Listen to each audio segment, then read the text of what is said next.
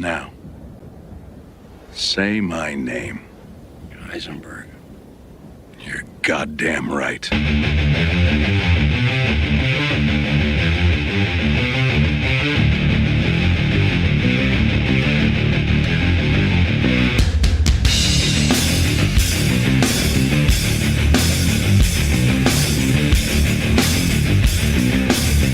All right, children. Daddy's home. He's got the belt. No one is going to escape the whipping today. No one. You guys dragged me out of bed for this. I think I caught the beer bug. Now I have to talk about things I don't really want to talk about, but I have to.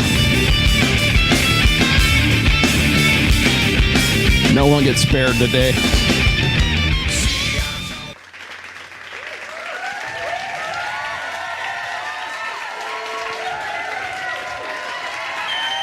Here we go. Thank you. Thank you very much. Thank you. Yes, I am going to let the full audience play out today. Welcome, one and all. Welcome, one and all. Hello there, children. How's it going? There we go. There we go. I like that intro. That's one of my favorites. I like Breaking Bad.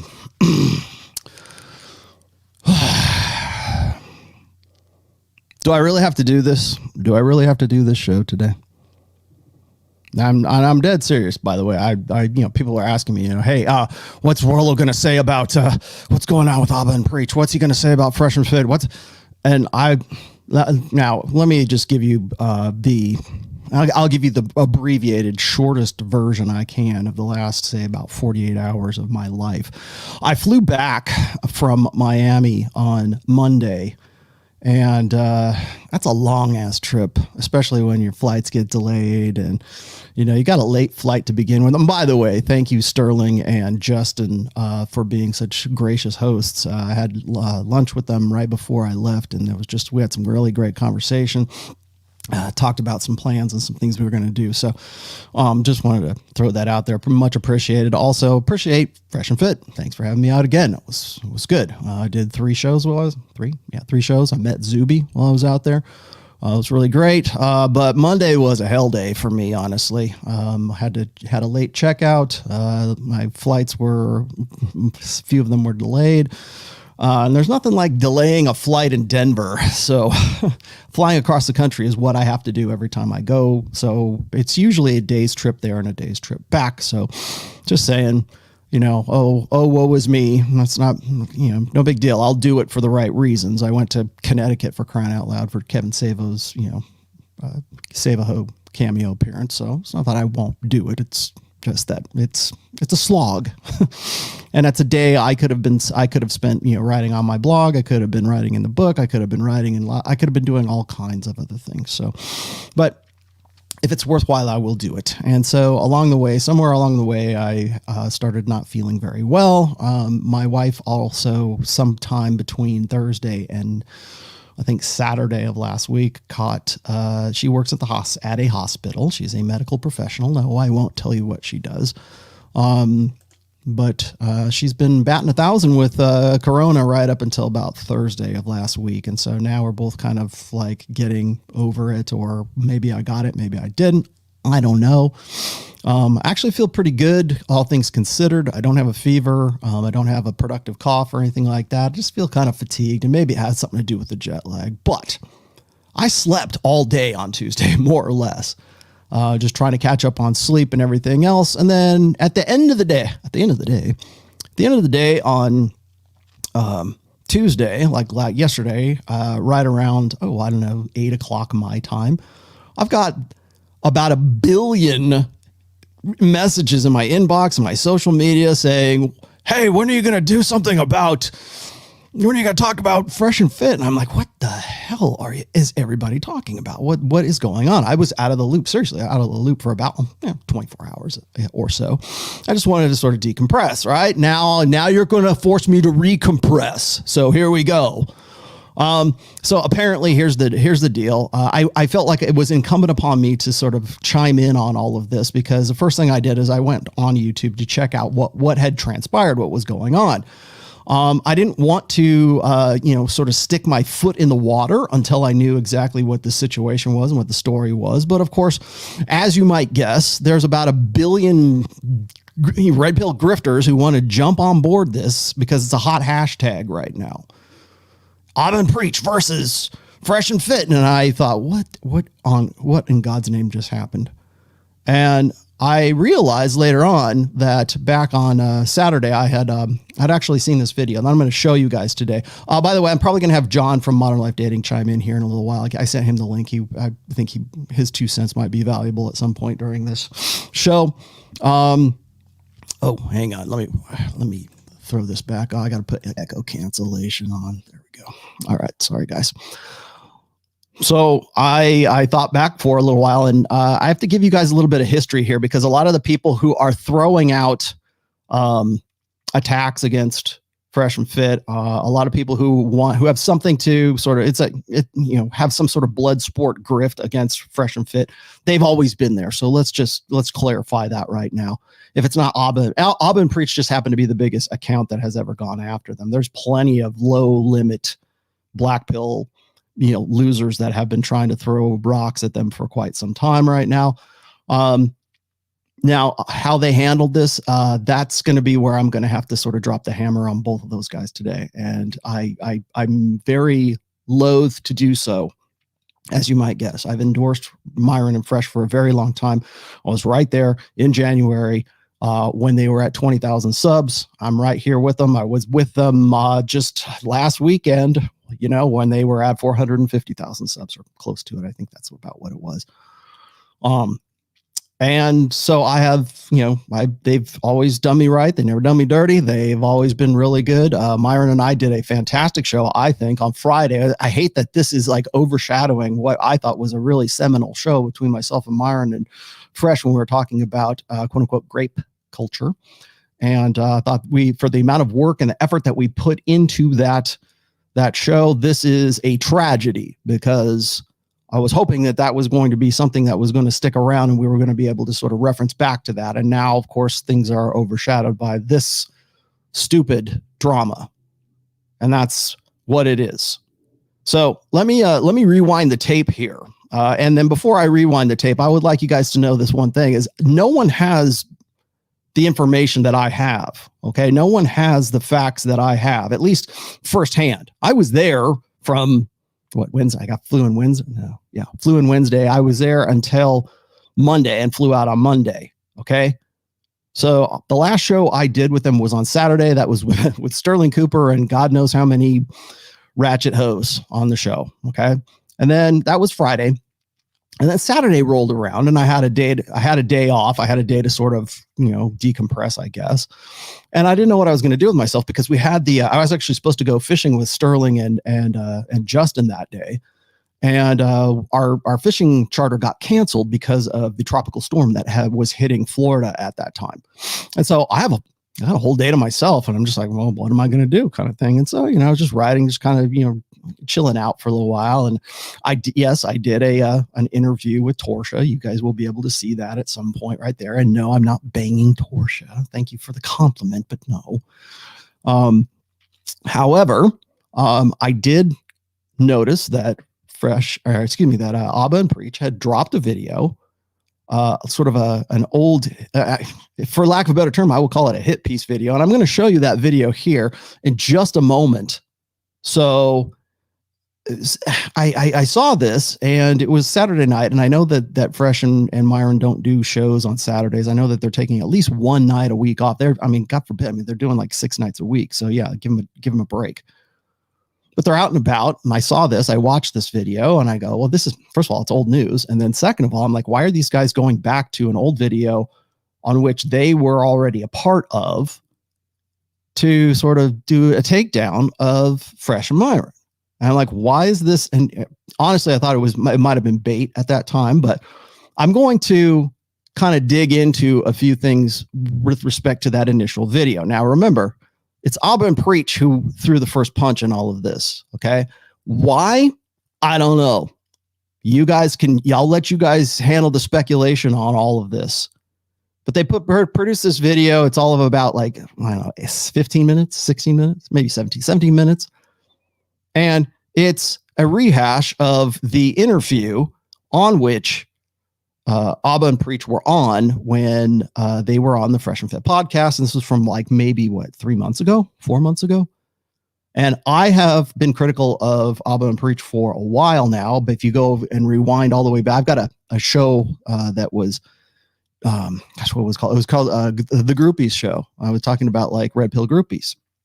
And this was because Chris D'Elia had gotten himself into hot water, and the guys from Abba and Preach had done some sort of video about Chris D'Elia. I hope I'm saying it right. I don't care.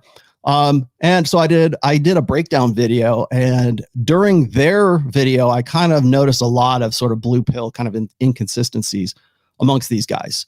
And it was about what I expected. Now, did I know that that Abba and Preach were going to, be on Fresh and Fit after that? No, this was February. So this is in between January and March, my January and my March visit to Miami. Cause I've been there 4 times already this year. So when I'm looking at it, so I'm doing this breakdown, I never got any kind of feedback, nothing, no hit back videos. I think maybe it was simply because I stayed on topic. I was very much topical on that. I don't do hit piece videos. I will attack your argument, but I will not attack you as a person because I know how that works. And that's going to be now remember that point, because that's going to be very crucial for the rest of this show today. I don't attack people. I try. In fact, you will notice that anytime I do a detailed breakdown video of anybody, and it can be our good friend, Emma Thorne, right? I don't know her.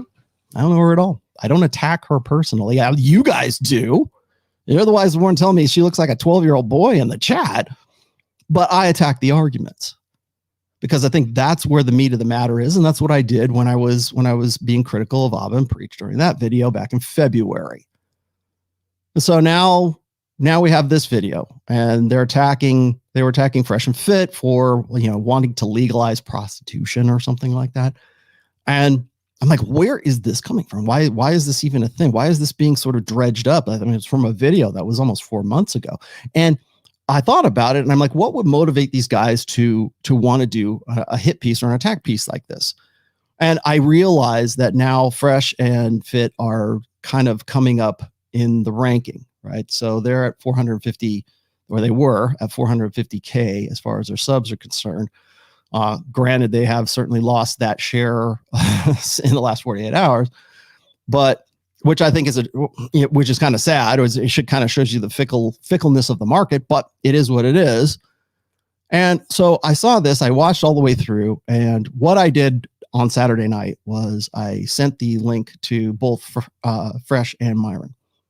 And I text them, I hit them up on their instant messaging. I said, I'm here for another day. I had an extra day because my trip, my charter got canceled. So I'm like, hey, tell you what, why don't we go on tomorrow, which would have been Sunday. I said, I got an extra day here. Why don't we go on tomorrow and we can do a detailed breakdown of why this is nonsense. And I'm going to do the video today that I wanted to do back on Sunday, but I contacted them, and because I'm not like that, I'm not going to show you screen grabs or anything like that, but I'll give you the abbreviated version, which, because it was very abbreviated, is I suggested that we do sort of not a takedown video, but just sort of a detailed, like a counter argument, right? Because that's what you ought to do, especially if you have an obligation to objective truth. It's not about attacking that person. In fact, it would have been very easy to have avoided all of this nonsense had we done that in the first place. Had we picked it apart on that Sunday evening, it wouldn't even have taken more than an hour, maybe an hour and a half, right? Because I talk a lot. It wouldn't have taken that long to dissect and dismantle every bit of that argument. But instead I was told, hey, I just laugh at it. It's just laughable. They're not worth it. They're not worthy of it. They're not worthy of a takedown. Oh, all right, well, I didn't care at that point too, because I was kind of burned out anyways from, 3 or 4 nights before, and, meeting Zuby and hanging out, man, it was fantastic. I thought, okay, well, maybe they know better than I do. Maybe they have something else that's going on, or maybe there's something, in the background that I don't know, but I put it out there on the table. I made the offer to go and, do a detailed breakdown of this thing. Well, now I wake up on Tuesday and I find out that everything has exploded. All of this stuff that I thought we probably could have addressed way back on, well, I guess it would have been Sunday, is now exploded and snowballed into what we're dealing with today. And now it's this Manosphere beef and whatever you want to call it. I don't even know. And this is sort of endemic, I think, of a bigger problem in the Manosphere right now. In fact, the fact that we're even still calling it the Manosphere at this stage is kind of laughable, I think. And I know that Rich Cooper has sort of wanted to dissociate himself from the Manosphere. I know Joker's, for whatever reason, has decided that he wanted to leave YouTube, but he's not really leaving YouTube. He's still on YouTube, but he's not, right? I'm going to go find an alternative platform. Get the fuck out of here. Nobody's finding an alternative platform. Not until the car runs out of gas. I'm not, you're not, no one is. So let's just cut the bullshit. Second of all is like the Manosphere right now is being sort of characterized by people outside of the Manosphere, or by outside of the red pill, outside of the things that I've been talking about for God knows how long right now, being redefined by people who have no business redefining anything. They have no business talking about what they're talking about. They have no business putting out reaction videos to shit that they have no fucking idea what they're talking about. But they're right there. They're right, Johnny on the spot with that 10-minute video, that monetizable 10-minute video with some, shocked look on their face. Fight. I did the same thing. Yes, I did. You know why? Because that's what gets eyeballs on the screen. But I was there. And I watch this stuff, and I'm behind the scenes, and I understand what's going on. And I like these guys. In fact, I love these guys like brothers. I think they're cool. I think they're good guys to hang out with. But this, and as such, I have to also call people to the carpet when I think that something that they've done is kind of like shitty. And I'm going to do that today too, because people kept asking, "Oh, he's just going to go and build up Myron and Fresh." No, I wish I could. I'm certainly not going to build up Bob and Priest, because there ain't nobody clean in this whole situation right now. It could have been avoided. Could have been, could have been dealt with objectively very easily. But, when you get to a certain point, when you get to a certain height, when you get to a certain degree, when you get to a certain sub count, when you get to a certain money count, suddenly that money and those subs and that gravitas means that you're doing something right. It doesn't, though. It doesn't necessarily mean that. It just means that you think you're doing it. Maybe just because you are rewarded for something. It's just like, I think I've made this analysis before. It's like Joe Rogan, right?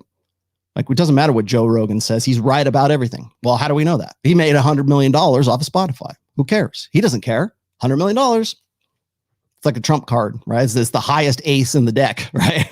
$100 million. Do whatever he wants. Must be doing something right. Anything he says goes. Make any difference. Jeff Bezos, he's the richest man in the world. Doesn't matter. Money.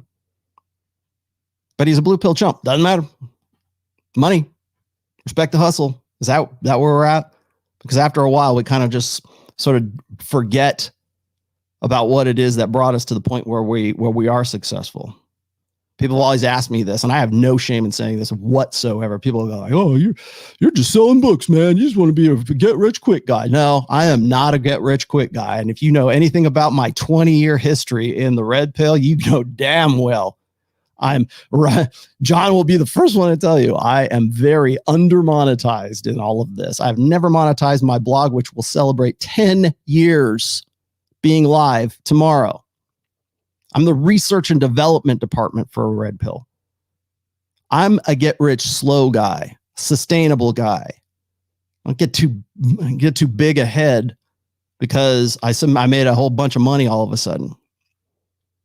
Stay real, stay grounded. That has sustainability. That's something that you can maintain. I see a lot of guys doing this right now. It's too much, too young, too fast. And I think I've said this on several different occasions. And you don't have to be it's not about youth. It's about having it too quickly. And and that youth being naivete. It's that youth being like, you don't know any different, but you think that because you're making a ton of money, you're making more money than you ever made in your life, then therefore you must be doing something right. And so therefore you're brilliant. Comes fast, goes fast. Too much, too young, too fast. Even Jordan Peterson, I would say, is too much, too young, too fast. And you go, oh, well, Rollo, he's in his late 50s. Yeah, he is. But he was in the right place at the right time. Lots of money, really quick.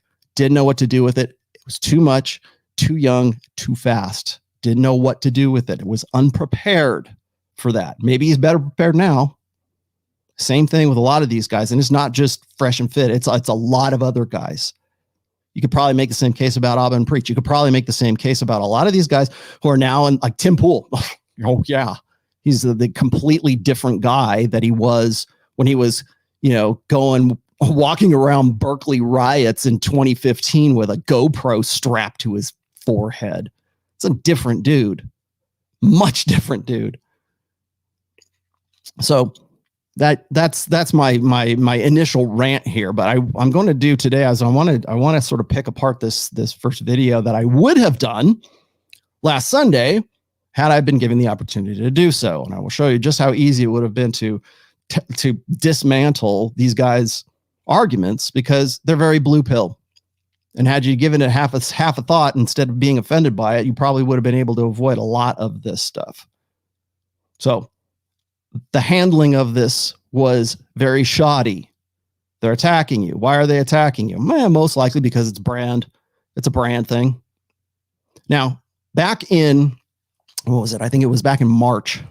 I was invited a couple times to go be a speaker at the convention in Vegas, Donovan's convention, the Convention of Masculine Excellence or something. There were just simply people there from the 21 convention that I did not want. I would probably have gotten into a fight with had I been there.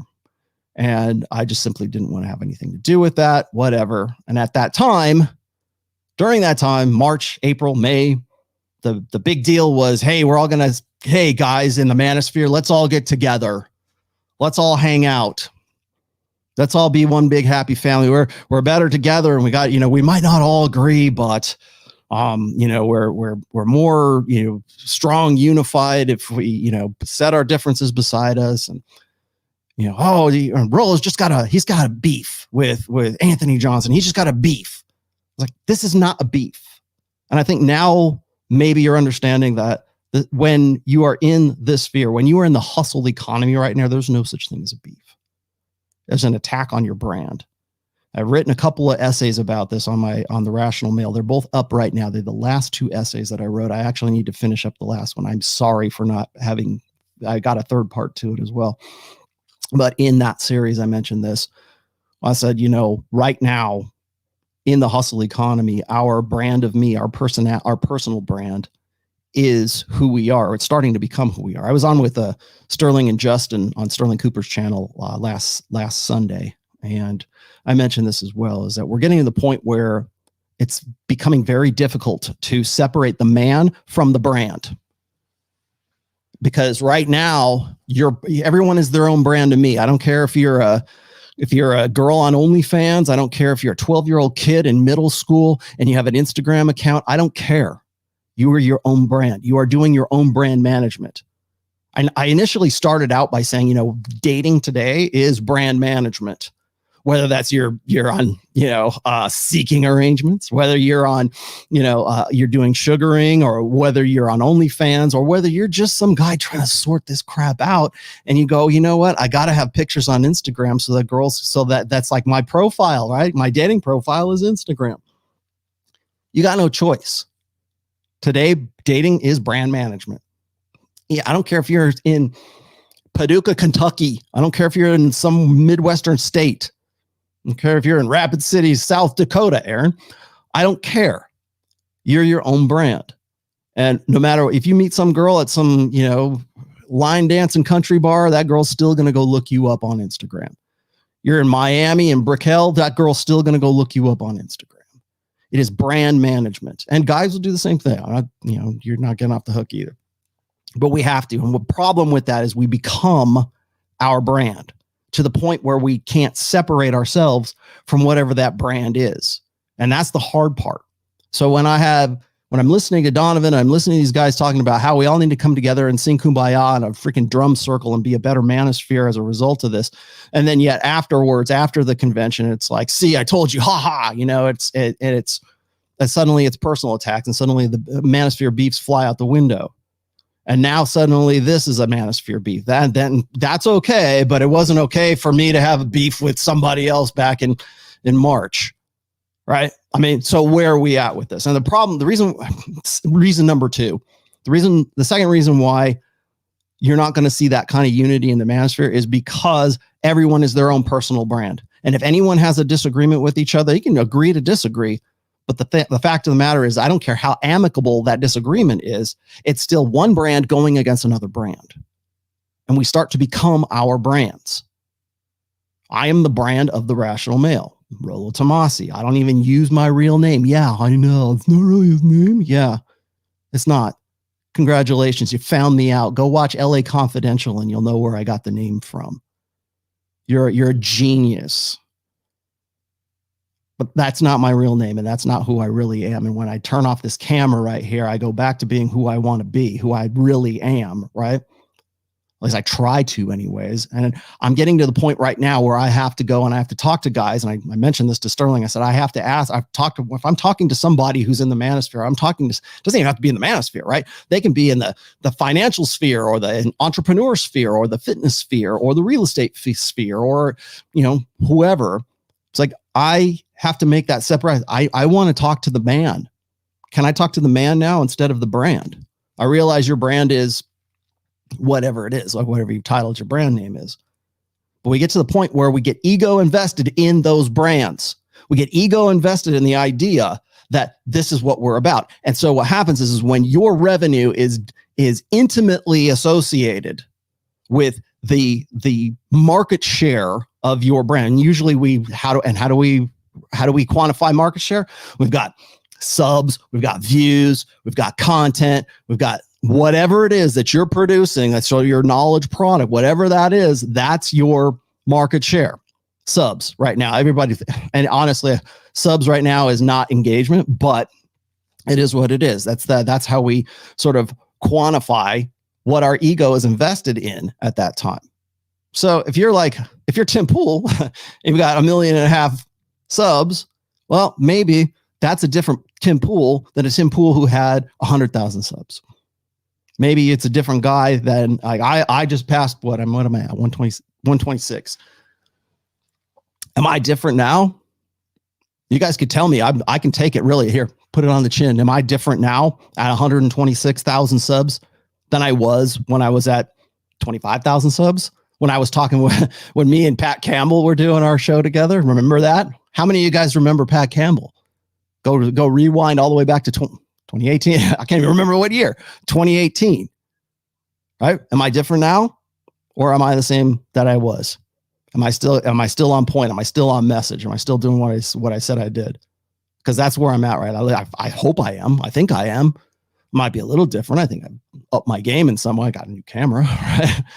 But that's the thing, is we tend to invest ourselves and invest our egos in the personas that we create right now. And the problem with that is we also depend on that persona for our revenue.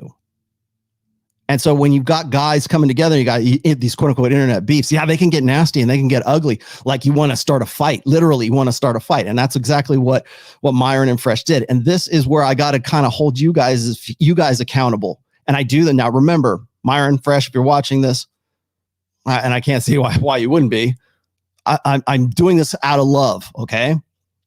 Like calling out another guy's wife is not a good idea. Ask me how I know. I've had my family attacked. I've had my daughter attacked. I've been doxxed relentlessly for about 2 years now, a little over 2 years now, because of an OCD pathological liar. And I'm still to this day dealing with that son of a bitch. So yeah, don't default to that. That's bad form. And that's the best way I can put it. Don't attack family. So you want to know, well, why does Rollo-tomassi still Rollo-tomassi, man? I really know his real name, blah, blah, blah, blah, blah. Yeah, well, the reason for that is I don't have to be anonymous anymore, but I am for a few different reasons. I don't want people going to my daughter's apartment. I don't want her being doxxed, which is exactly what these sons of bitches have done. In fact, on 2 occasions, they've done it, right? So, and I don't talk about that because the police know about it and I don't have to worry. I'm just let the authorities handle it. And that's that. But that's what these guys will do. Now, I'm not saying that that's what Myron was doing, but that's the emotional reaction. Yeah, he had an emotional reaction. Fresh had an emotional reaction. I have had emotional reactions too. I've been on Pat Campbell and lost my shit on Pat Campbell's show, his terrestrial radio show, at least one time that I can remember. I go, you know what? I should have reined that in. I should have held back on that. You're never going to win a rational argument with an emotional argument. And that's the problem. If you're defaulting to emotion, you're basically falling into the same thought process or the same argumentative style, strategy that women do. That's what they default to. And I get it.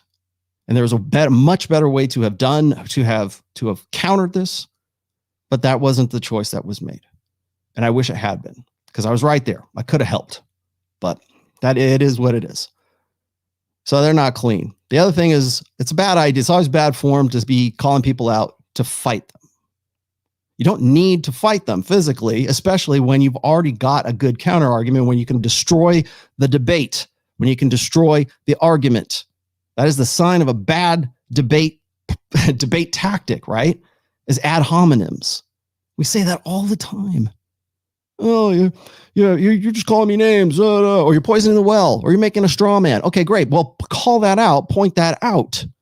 It's much easier to do that. You have a huge fucking platform. How hard would it have been to have simply rationally dissected and dismantled everything? It wouldn't have been that hard at all. Now, people are saying, well, I think this was planned. It was all planned ahead of time. Maybe we're going to find out that they're really in cahoots. I don't think so, especially after apologizing, and that's what happened. So let's back up a little bit here. So that was the attack. Was this? Is that Myron and Fresh decided that they were going to hit back on Abba and Preach, and and they got excited, and as they do. And I'm not. That's not an apology. That's not that's certainly not an endorsement. But that's what they did, and then of course that triggers this back and forth between like, I'll kick your ass, I'll kick your ass. Right. And then it's the schoolyard thing. Whereas this could have been avoided much easier, much earlier. But so now we've got this back and forth between apologies, threats, apologies, threats, apologies. And as far as I know right now, Abba and Preach are not taking that apology. Now, here's the thing. They win. If this was an attack, if this was some sort of grand strategy, guess who won? They did, because they provoked you to an emotional response. You want to talk about being the rational male? You want to talk about being reasonable? You want to talk about all this? We will break down and hold women accountable on this show. I mean, that's the template. That's the format. We'll hold everyone accountable for all this great stuff, but we're not going to do it for ourselves. We're not going to hold ourselves accountable. We're not going to use the same rational strategy that we're supposedly, supposed to be using with the women. We're not going to use it on ourselves. We're not going to use it for ourselves.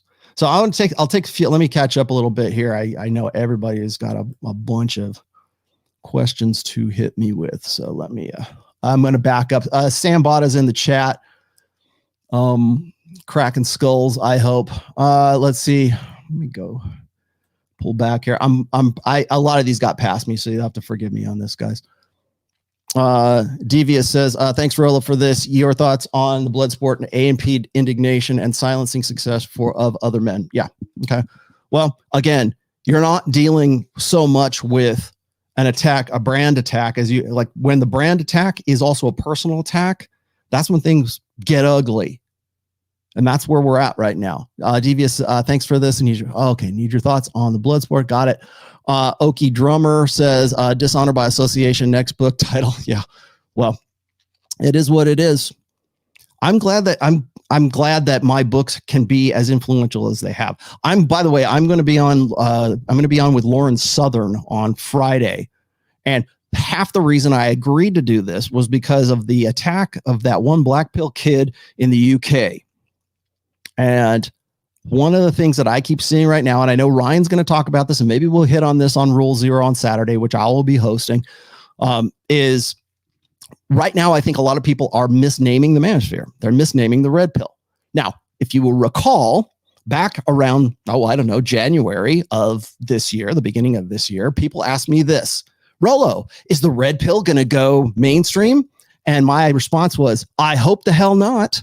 I hope that it remains underground. I hope that it remains, something that I don't say secret knowledge, but I hope that it remains something that is, it has to, I think the red pill has to remain fundamentally underground, because the moment it becomes something that is like mainstream is when it gets corrupted, is when it gets distilled, is when it gets watered down, is when we get this shit that we're in right now.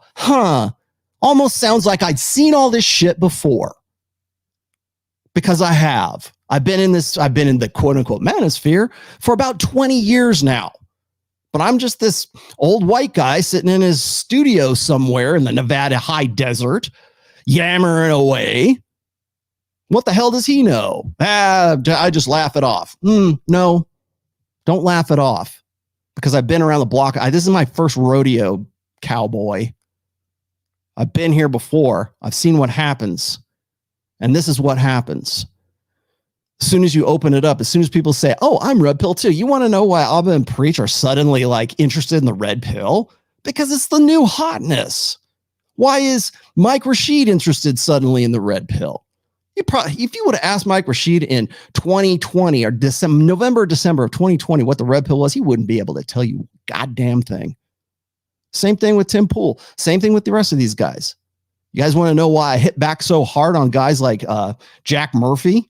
Why do I hit back on that guy? Because the guy was red pill before he wasn't red pill, and now he's red pill again. That's why. Suddenly I'm an expert, but I didn't want to be an expert because I didn't want to have that stink on me. Why? Because we've gone through that stupid cycle once again. The whole manosphere thing right now is everybody thinks it's the black pill. Everyone thinks the red pill is the black pill now. Everyone thinks that the manosphere is a black pill. Everyone thinks that the manosphere is the incels. Everyone thinks that it's the most extreme end I know of MGTOW right now. There's no way to define it. There's no way that anybody, I'd be happy to. And in fact, I try to, but I'm just this freaking voice in the wilderness right now. I've been here for a long time, and I'll be here afterwards. I have outlasted so many people. I've outlasted Jordan Peterson. I've outlasted RSD. I've outlasted, you name the guys from back in, trying to think of, I remember back in 2014, May of 2014, when the Elliot Rodgers thing went out. I outlasted the MRAs. I outlasted the Red Pill movie, Cassie J. I outlasted all those guys. I'm still here. No one has been able to throw me under the bus entirely. I outlasted the 21 convention, and I will outlast Kevin Samuels, and I will outlast anybody else. Say I won't. Say my name, right? I will. Because what I'm putting out here is objective truth, and it's hard, and a lot of people aren't ready for it.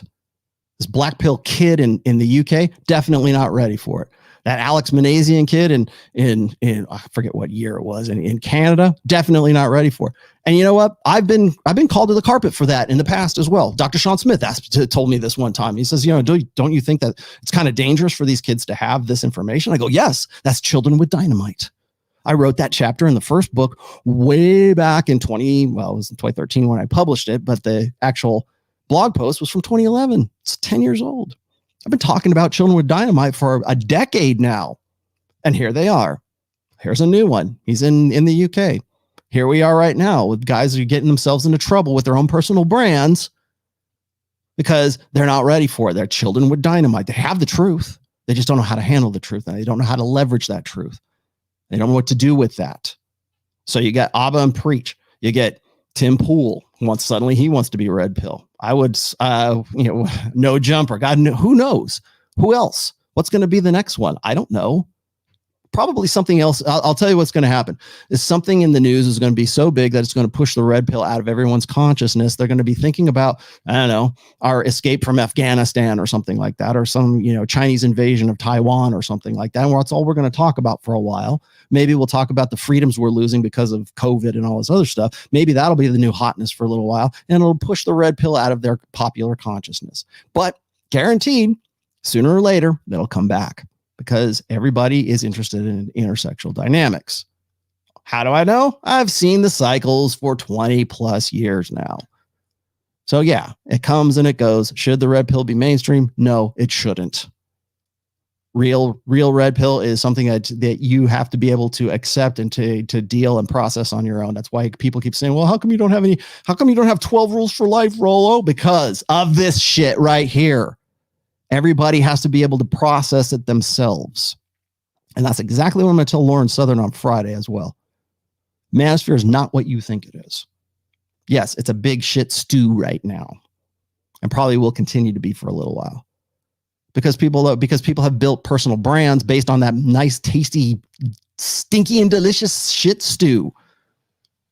And they turn it into whatever it is. It's their own little personal brands. And I remember back in 2015, 2016, when everybody was saying, oh, the red pill's alt-right, right? Even Candace Owens used to call herself Red Pill Black. She doesn't do that now, but she used to, because that was the hotness, is if you could associate your personal brand with a red pill label, which nobody could really claim ownership of. It was just whatever your personal truth was. And I called it out then, and I'm calling it out now. And unfortunately, what's happening right now is people are using that brand as their own little online personal brand of me, brand of personality. And when we have beefs, it's not just an attack on the person. It is an attack on the brand. They are ego invested in their brands. So let me back up a little bit here. What? You got me monologuing. You sly dog. You got me monologuing. Okay. Cube 7 says, I disagree with A&P hit piece video. Definitely could see their points, but I disagree with the message of don't caring. But FNF responded like children. Yes. And they didn't have to. But FNF responded like children. It's very immature, but everyone has lows. Yeah, they do. And everybody's going to take a hit. And they're taking I think that Myron and Fresh are taking their first real hit over this.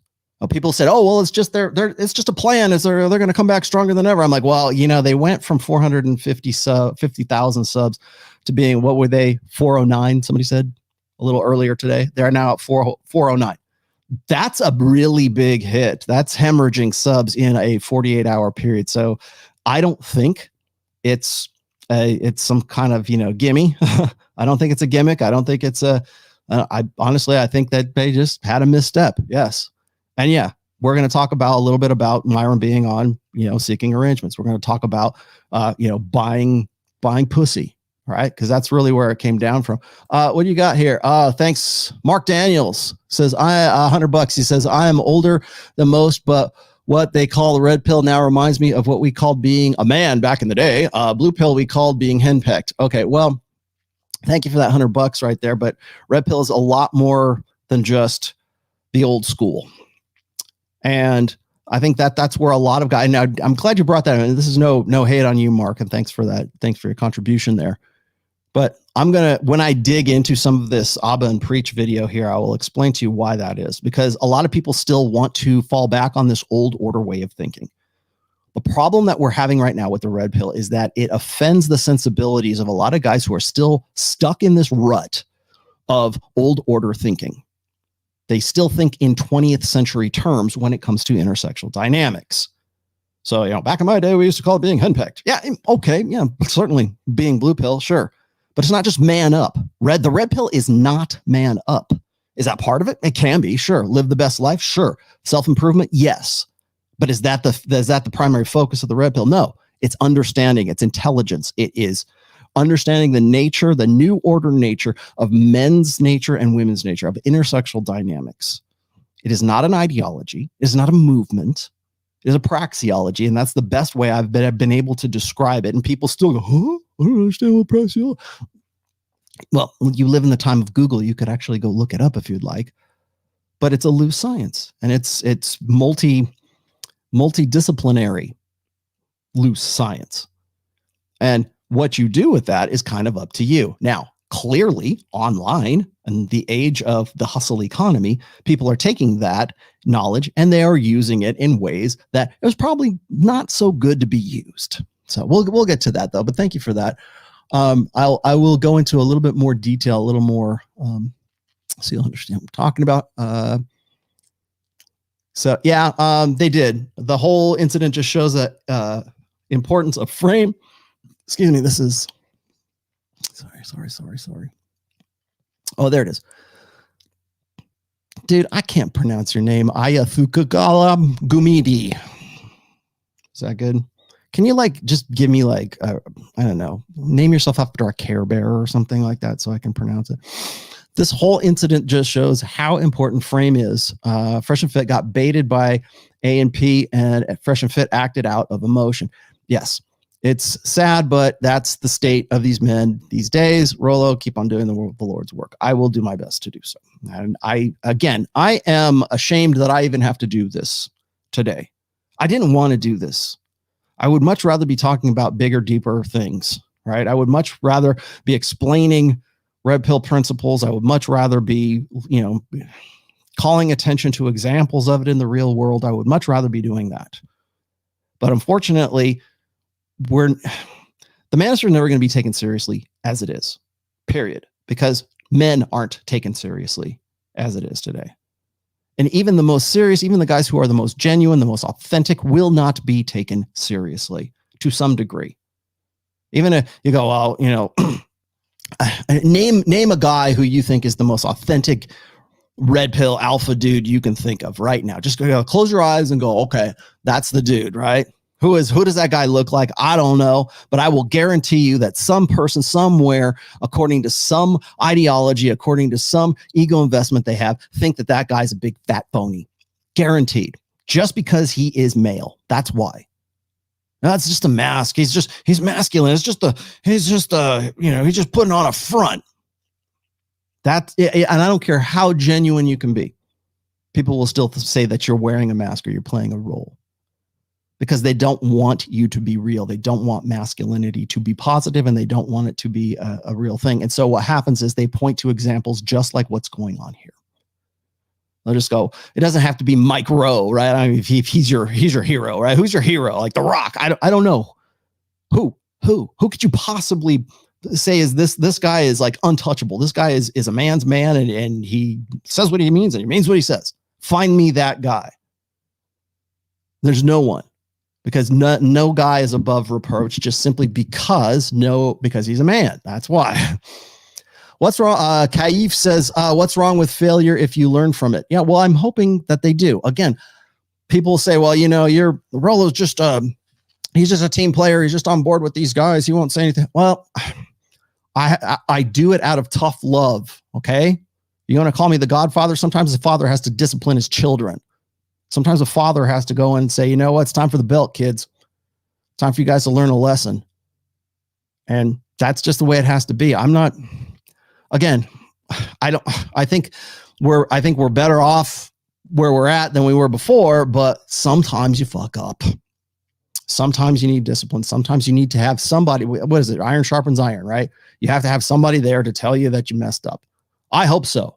I tell these guys this all the time. Rich and Ryan and John, who I thought was coming in today, all these guys, I expect them. In fact, I would feel bad if they didn't tell me I was full of shit. I say this all the time. If you think I'm full of shit, please let me know.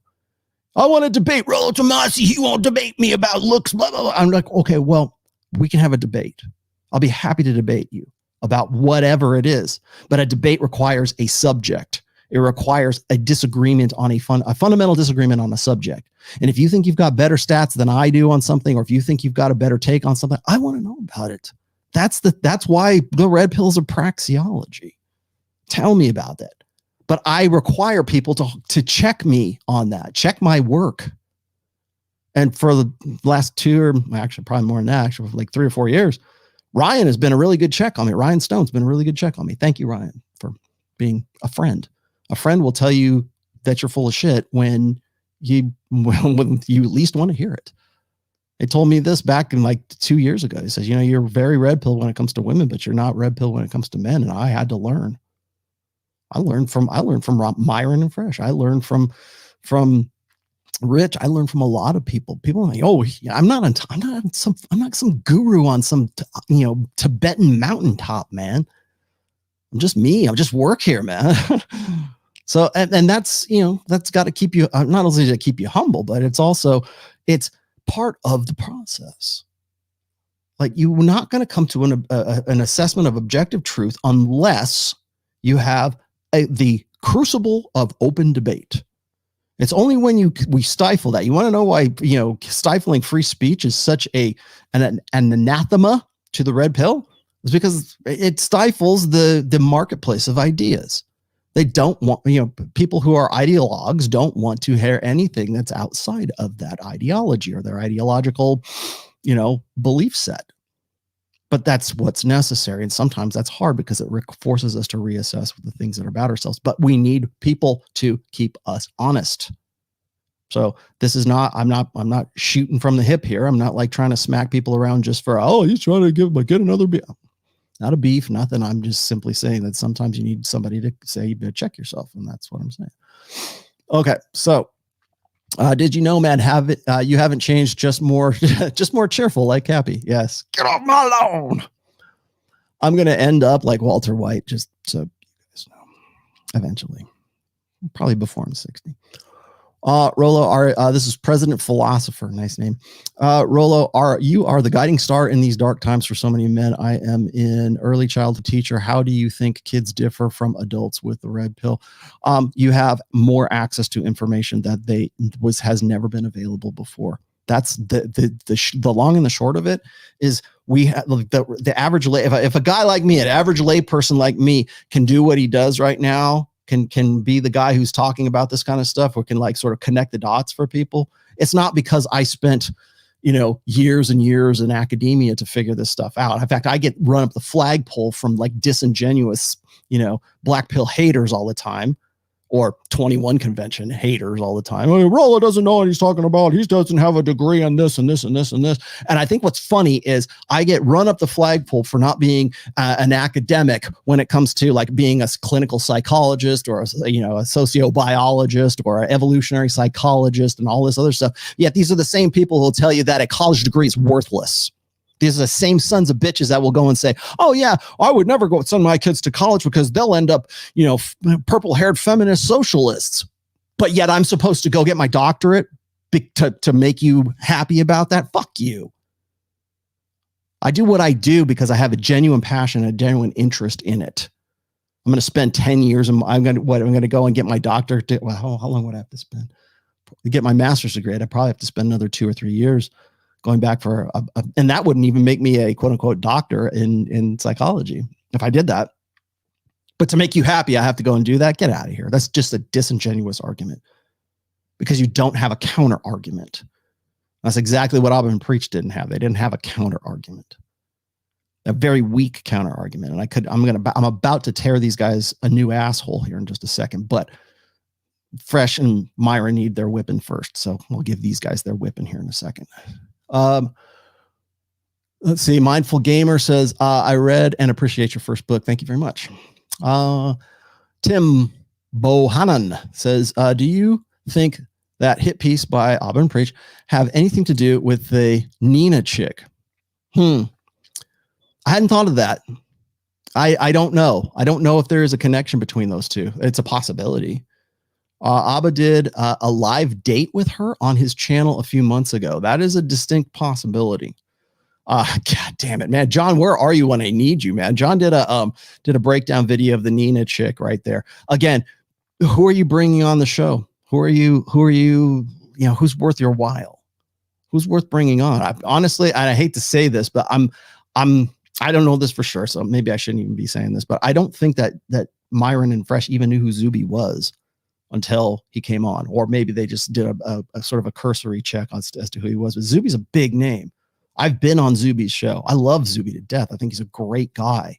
Doesn't swear. He's a good guy. He's one of the good guys. I hate to, he's Superman, right? Clark Kent. He's a good guy. And I was honored to be on the show with Zuby because I have been on his show. We've talked some good stuff. Now, I'm not going to agree. He's probably not going to agree with my more analytical, very nuts and bolts assessment of life and human nature, because he's a very spiritual guy, or that's where he defaults to. But he's a good dude. He's a guy I would go out and have dinner with, right? And that's saying something in this day and age, right? But I have a deep respect for Zuby for what he has done and sticking to his guns while he's there. But I'm unsure that a lot of people, particularly from that audience, even knew who Zuby was. Now, I went on there and I had talked some good stuff with him. I really kind of felt bad that he was part of the after hours show because he kind of just was sort of soaking it all in. And, we talked some good stuff while we were on there as well. But, it's who are you bringing on the show? And do you know what their background is? Do you know who they're connected to? And the bigger you get, the more important that becomes. I don't know. I'll have to look into that. I had no idea that there was a connection there, honestly. Let's see. But I do know about the Nina situation. Let's see what else. One White Pony says, people think the red pill is incels only. Yeah. Well, Rollo, do you think the red pill will go mainstream this year? Gee. No, I hope not. Why? Because people will think that the red pill is incels now. Well, that crazy old white guy back in January talking out of his ass again. He hopes the red pill doesn't go mainstream. Boy, he doesn't have any vision. No, I've seen that vision several times. Ugh. Not people that choose to leave the blue pill world. Yes. Shamu Mogadishu, thanks for outlasting everyone, champ. You are welcome. I will continue to until I will draw my last breath, until you guys don't take me seriously anymore. Guys, Fresh just got a firearm and posted it. A firearm? Okay, that. Got it. Understood. Well, why are you doing that? Why is that? Is it all show? Is it like all hype? I don't know. Maybe it is. It seems like an awful lot of subs to pay for that kind of hype. Yeah, I don't know. Torsha, hi, girlfriend. Can you touch on dichotomous thinking within the mob mentality cancel culture and how it's a symptom of the DSM, the Diagnostic Statistical Manual, for a personality disorder I won't name, but has to deal with emotional dysregulation? Okay. First of all, people want entertainment. That's number one, first and foremost. And when you're going to build your brand, especially when it's a brand of me and you're going to build it on, like when you go, I love Myron because he still quotes me. He always, like, of all the guys that are out there that are using my material, whether they're lifting it wholesale or they're just sort of referencing back to terms that I've used really since, I don't know, back in the mid 2000s, whether at least Myron is respectful enough to like go and drop my name and drop my books all the time and say, hey, this is, Rollo Tomassi, the Rational Male, yada, yada, yada. Great. Thank you. Most people don't do that. But if you're going to build a brand based on blood sport, and that's essentially, that's not just what they do. I get it because they have other shows and like I'm on and they have like serious shows, but those aren't the ones that are the most viewed.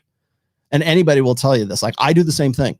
If I go do a chick talk video, through the roof, right? I have clip videos right now that are, 15 minutes long, 112,000 views because they're short, sweet, and to the point.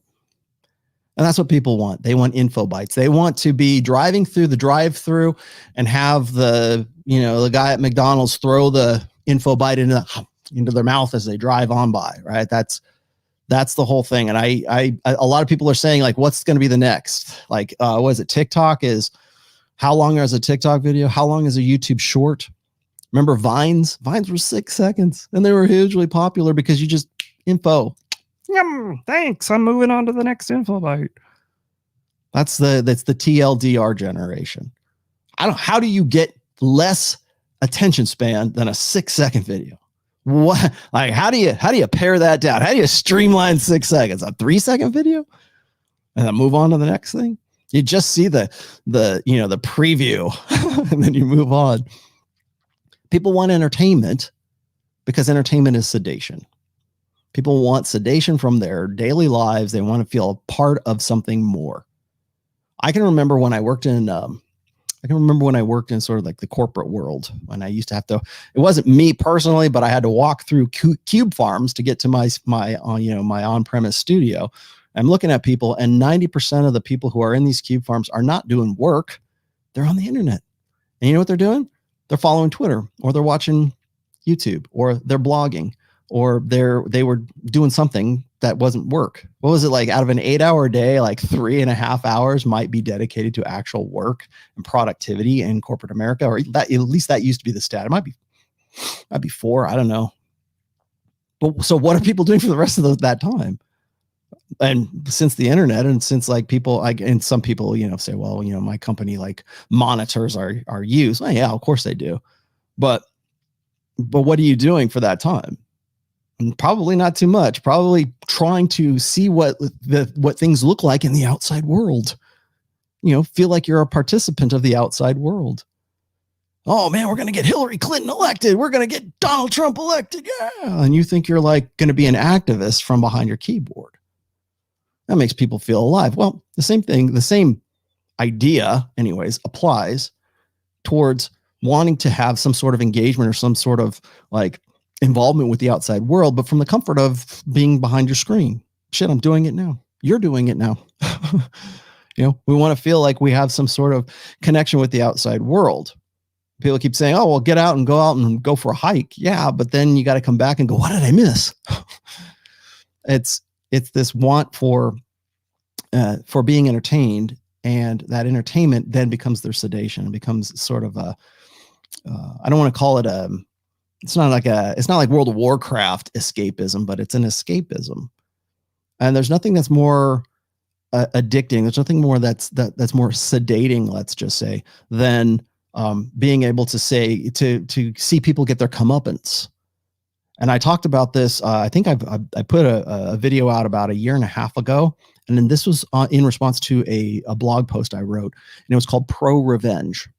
And the pro revenge thing was this: the reason I titled it that was because there used to be, and might still be there, but there used to be a subred on Reddit, and it was called Pro Revenge. And I didn't even know it existed until like I started looking at tags on YouTube and saying, what's trending as a tag? And suddenly I said, Pro Revenge, what's this? And so I started looking at it. And pro revenge is not necessarily just about like, guys getting revenge on girls or something. That might be an employer. It might be like their dad. It might be somebody who wronged them. It doesn't have to be, but for the most part, like 80+%, it's, oh, she did me wrong, but she got hers. Ha ha ha. Those are very, very popular threads. Those were the most viewed. Those were the most popular, the most upvoted, the most, read threads were the ones where the girl like got, it was like, usually what it is, it's a story in the news that the users in that group make other guys aware of. And so that was the quote unquote pro revenge thing. So, oh, look, here's a girl who was going to get married and then she decided not to, but then turns out the guy was really a millionaire. Ha ha, she blew it. Yay. That's a pro revenge, fantasy.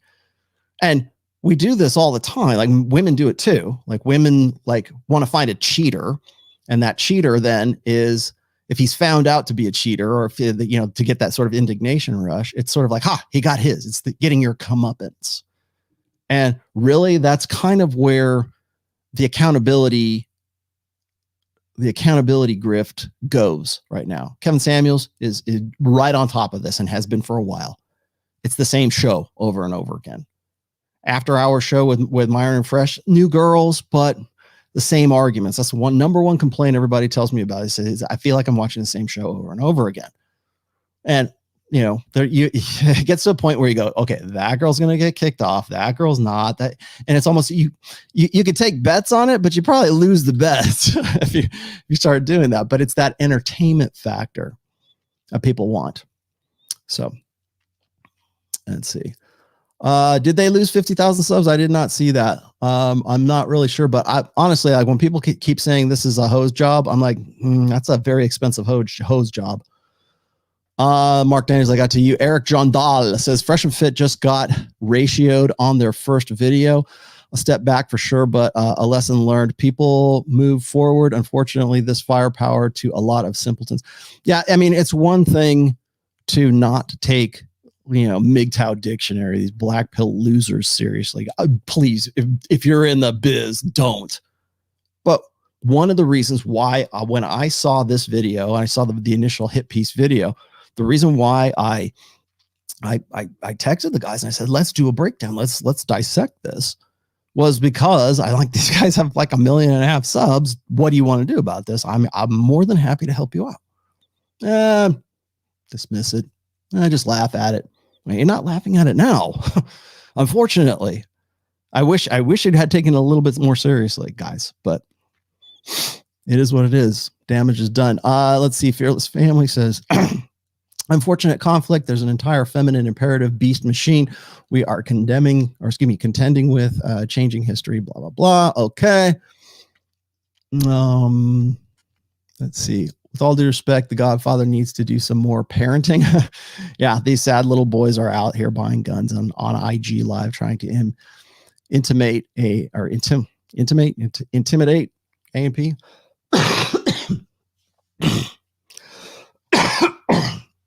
Guys are making me do this. Why you make me do this? Parenting. Yes, I'm the Godfather and you are all my belligerent little children. Yeah, Zuby is awesome. Zuby is totally awesome.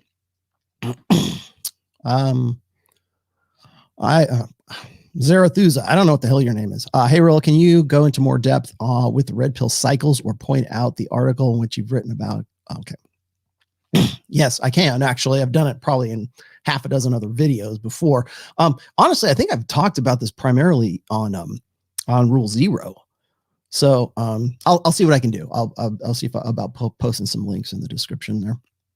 Vince H said, people want the red pill to be incels only. It's the easiest argument to win. Yes, it is. That's why also I should say this is that people also, and I'm going to probably have this debate, this argument, whatever, with Lauren Southern, is that people think that the red pill is an ideology. It is not an ideology. Get that through your thick heads right now. If you think it's an ideology, a philosophy, it's not a philosophy. It's a praxeology. It is a loose science. I don't care what you do with it. Maybe I should. Maybe I should start caring more what you do with it, because clearly you guys are setting your houses on fire. I said this as well. Like people kept saying this is that, and yeah, I'm going to get to that too. I'm going to throw that out there really quick. Myron 6. Yeah. Okay. That's another thing we kind of need to discuss here in a little bit. I'm going to come back to that, but keep that in mind right now, Babylon. I will touch on that here in just a minute, but I have to get to the video before I can get to that part, because you'll understand what I'm talking about when I do. So yeah, I mean, maybe I should start caring a little bit more about what these guys are doing with the fire that Prometheus has brought to them. I said this on my Twitter feed. I'll say it one more time here. The red pill is like fire. Okay. You can use it to heat your house and cook your food and fire the engines of industry and do all kinds of great creative stuff with it. Or you can use it to burn your house down and your neighbor's house down and set the whole neighborhood on fire and use it as destructively as you possibly can, because you don't have any foresight or creativity or vision beyond that.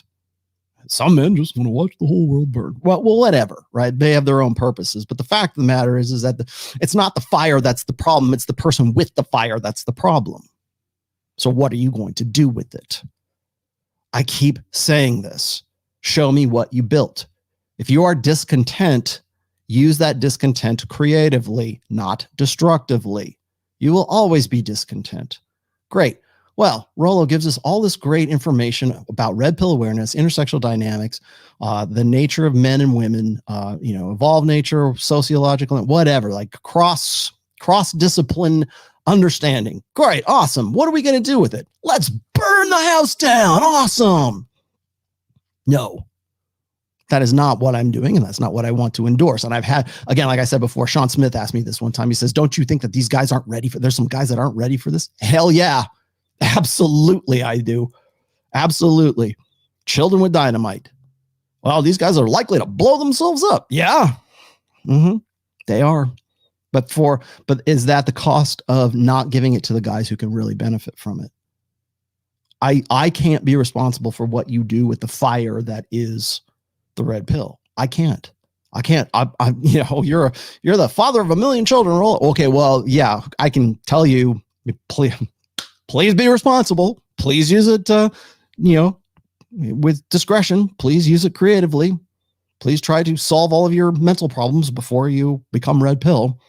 I wish I had some sort of like litmus test, or I wish I had some sort of limitation, right? You have to take like a psych evaluation before you get to read my books. I wish that was the case, but I can't do that. And I wouldn't do it anyways, right? But the people who were going to be crazy were going to be crazy anyways. The people who were going to fuck things up, they were going to fuck things up anyways, whether they had it or they didn't have it. Like a black pill community. Oh, we're doomers. We're going to hell in a handbasket. Let's just, we're on a hellbound train. Enjoy the decline. Yada, blah, blah, blah. They were going. Do you think the red pill would have pushed them in one way or the other? Do you think they would have had more hope without it? I don't think so. They're fucked up because they're fucked up, and they're going to continue to be people who are fucked up, whether they're red pill or not. In fact, I would argue that there's probably a lot more fucked up blue pill guys than there are fucked up red pill guys. Call me crazy, but I'm fairly certain. I'm going to play the odds on that one, but I'm pretty sure that it's not. If guys are screwed up in the head, it's not because the red pill screwed them up in the head. In some cases, it might be the catalyst that sort of made them a little bit more because they don't know how to cross the abyss, so to speak. But crazy guys are going to be crazy guys, Guys with nothing left to lose are going to still be guys with nothing left to lose. Let's see what else. Blah, blah, blah. Dragoon? No. Phil, these guys might be flying too close to the sun. Nice analogy. Lately, their enemy list has been growing exponentially. Dude, everybody has a much bigger enemy list than they probably realize that they have. And I forget which law of power this is, but it is, I want to say it's like 20, might be more than that, but it's dangerous to build fortresses around yourself. You think that there is safety in like isolation. Isolation is dangerous. I don't know which law that was. It was from 48 Laws of Power. You have to be able to have your finger on the pulse of the zeitgeist of what's going on.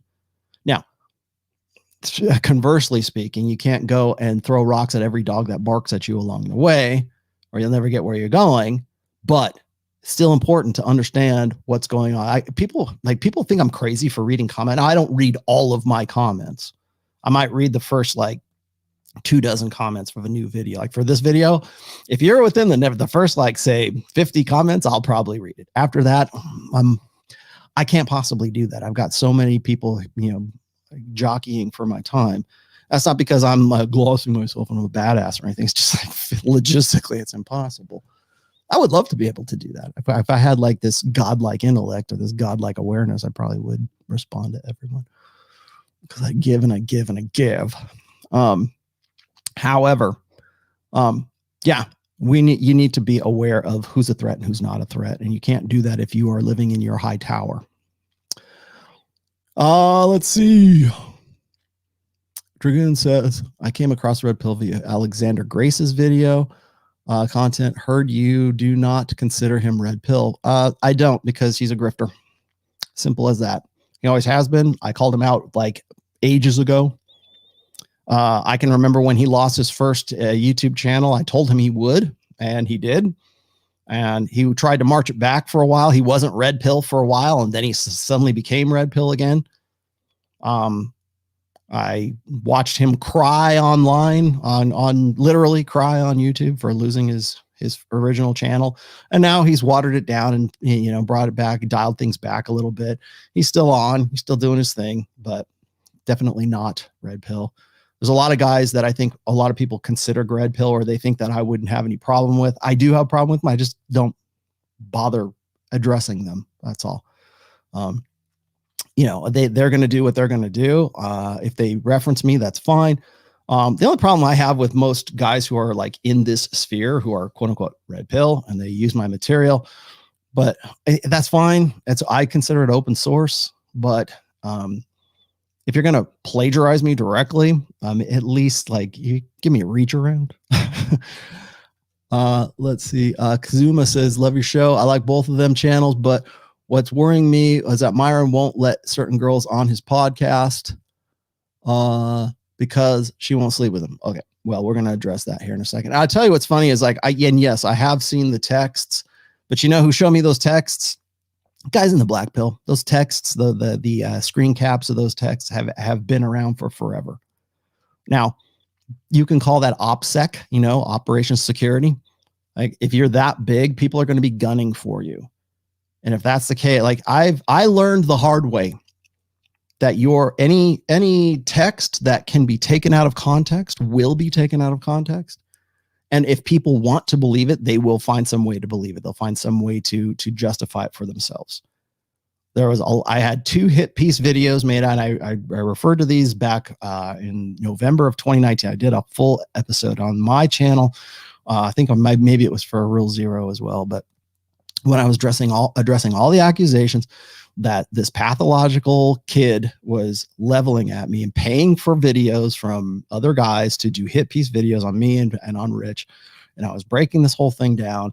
The one thing I learned the most is that whenever you have emails, whenever you have texts, whenever you put anything on Twitter, whatever it is, trust me, that can and will be used against you, even if they have to cut it up in Photoshop and bullshit, or take it out of context and show you certain like quick, you know, like 2 or 3 little stanzas, and don't show you any kind of pretext to any of the conversation that was going on to make you look as bad as you possibly can. So that's why I'm giving Myron the benefit of the doubt on all those texts, because it's been done to me before as well. So yes, it's not hard to fabricate digital evidence in a digital world right now. Am I saying it's fake? I don't know. You guys can go and ask Myron about that. In fact, he's addressed this already. So yeah, is he saying, oh, you can't get on our show unless you bang me kind of thing? I don't know. That's something you have to ask him, because I'm not the manager of Fresh and Fit. I don't know. Well, what if it's true? Well, if it is, then we'll address that when the time comes. You know, people were making up rumors about and I know who you are. We're making up rumors about Rule Zero. And they were saying, or they were talking to John from Modern Life Dating, and they're saying, oh yeah, I'm not going to say who it was because I don't want to incriminate anyone. Somebody asked me, they said, so is Rule Zero actually charging $5,000 to be on the show? I'm like, where the fuck did you hear that? I'm like, we pass the show around. We don't monetize the show. It only passes between 5 guys and maybe sometimes John Fitch. But it only passes between myself, Rich, Ryan, John, and Troy. And it's always been that way. And we decentralized it that because of what happened with the Red Man Group. We did that by design. No one pays or does not pay to get on Rule Zero. You want to be on Rule Zero? Hit me up. Tell me why you want to be on. Right? Let me know what you think. Let me know how you want to, what you want to talk about. We opened it up. We opened it up to Paul Benjamin. We opened it up to John Fitch and Sterling Cooper, who I also love like a brother, but like a brother. I would open it up to other guys too, but we are in no way charging any kind of money for anyone to be on the show. But that's the room. Those are the rumors. People start rumors about things. Like, we've never charged anybody any kind of money for that. And why would we? It's a pass around show. It's for the benefit of the guys who are doing the show, the panelists, and it's for the benefit of the people who are watching it. It grew out of the disaster that was the Red Man Group, and everybody said, "Hey, are you going to keep doing something?" And I go, "Yeah, we're going to do something," and Thus, the Rule Zero group evolved. So be careful of who you believe online. And most people will not do their due diligence to really kind of assess whether or not they're getting accurate information or not. If you want to know something, call me, hit me up, ask me, right? Oh, Rule Zero, $3,000 to get on Rule Zero. Well, that sucks. Dude, instead of making like stupid, spurious accusations, just hit me up on Twitter. Really, I'll answer you. I'll tell you. But instead, it's like, oh, I can't believe it, because that's what you want to believe. However, yes, far as I know, Myron is on seeking arrangements. There's a lot of guys who are in the quote unquote manosphere who are on seeking arrangements too. But we only hear about the guys who we want to take down. You're not going to hear about Anthony Johnson being on seeking arrangements, which he is. Go look it up, or has been anyways. I don't know if he still is. Mustang says, when is anyone truly ready for anything? Never. Yeah. Mustang says, I'm interested in how a craftsman uses his tools and not the argument he had with the butcher down the street. I understand you addressing this, but guys watching need to stop investing in drama. Yeah. Well, it would be nice if that was the case. In fact, this kind of goes back to what Torsh's question was. It's like, yeah, people love bread and circuses, Mustang. They love that shit. Why do you think this format, this template of holding women accountable is so popular? No one's doing it. You know, why did I said this when I started working with Kevin Savo, is like, I want to get into doing red pill content. I want to start doing something that's creative from within the context of the red pill. Well, that's real easy to do if it's like, yeah, let's go get it, pro revenge, right? Let's go hold these girls accountable. That's a hit show. But then everybody does it, and that becomes the manosphere. This is what it's really all about. Rollo Tomassi is all about like red meat. No, no. How many times do I have to say no? How many times do I have to try to step things up a little bit? Impulse says the manosphere is now infested with some toxicity and phonies. Yeah. Will it help the cause if true red pillars dissociate and speak as independent thinkers? Yeah, but independent thinkers don't do as well. They don't get the subs that red meat does.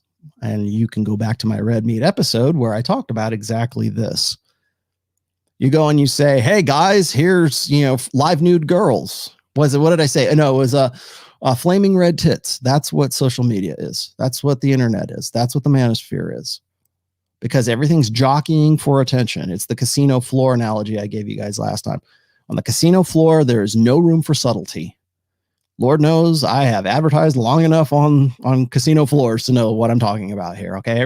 It's sensory overload. Sights, sounds, video, smells, dark, light, red, blue, green, blah, blah. Everything's there's no room for any kind of subtle. There's no poetry on a casino floor. There's no subtlety on a casino floor. There's only big sounds and big money and everything else. And that's exactly what the internet is. That's exactly what the social media is right now. And there's only 3 ways to get to stand out on the casino floor. That's with tits. Is it the color red, and is it on fire? And if you can have flaming red tits, that's probably the best option. And you know what the template is of holding women accountable? Flaming red tits. That's what it is. And if it wasn't Myron Fresh, it would be somebody else. I'm glad that if somebody's going to do it, that it's got to be Myron and Fresh. I'm glad that they're at least have some sort of, intellectual honesty underlying that when it comes to like referring to my book and referring to the principles. And here's the counter, here's the objective truth that you don't really have any argument to. And it really stops the conversation at that point. But if you can keep that thing going and going and going, well, you got to hit show. Mr. Controversy says, do you think the saying women cheat and men have sex is accurate? And if so, could you do a breakdown on this? I will here as soon as I show you this video. Crypto Dude says, what are your predictions of the next 20 to 30 years of feminism versus common sense?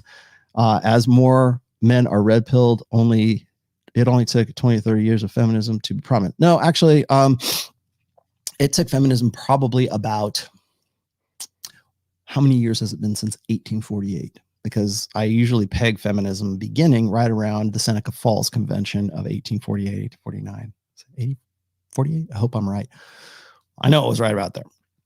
It's taken hundreds of years. Well, a little over, almost 200 years of feminism to get to the point where we're at right now. I did this, and I did this breakdown in the feminism video, by the way. Yeah. So, but in the last, like, say, 20 years of the internet, yeah, it's been exponentially ramped up. Sure. Where's it going to go? What are we going to do, Rollo? What are we going to? I don't know. Go watch Ozzy Osbourne's I Don't Know from back on Blizzard of Oz tour, man. Listen to that. That's me. When you ask me questions like that, people ask me, when is the final day? That's me. Go listen to that. I wish I could put that up as a video, honestly. I don't know. You tell me, man, because I just work here. But when people ask me, like, what's the future? What does the future hold for us? Are we going to go to hell in a handbasket? You know, something could happen tomorrow. Like, China could invade. A meteorite could hit I'm like, I don't know, man. If we keep going the same way that we are right now, all you're going to do is see more and more isolation until some new invention comes along that changes the game.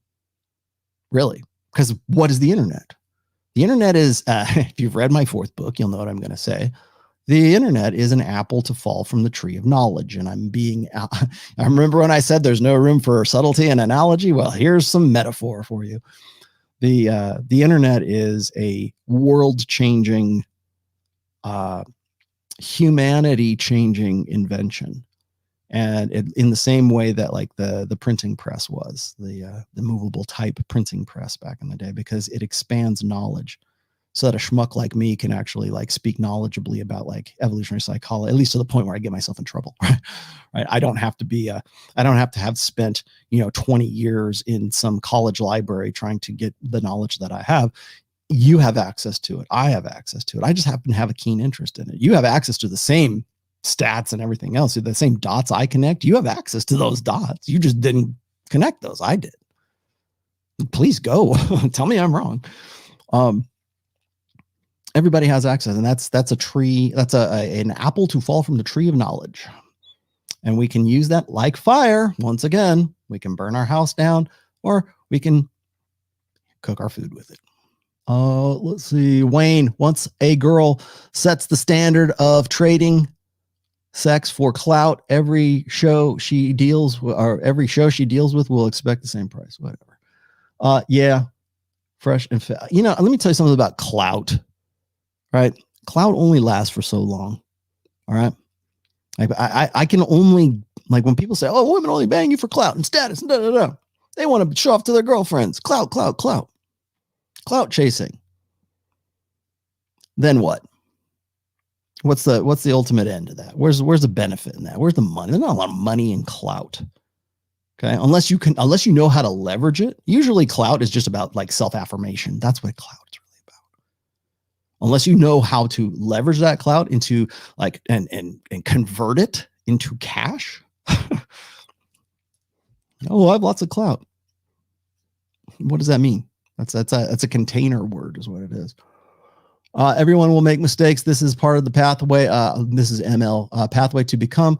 The pathway to wisdom is full of mistakes we learn from. Yep. Scott Campbell says, I'm a dad, so I'm going to just ask the same thing about this FNF AP.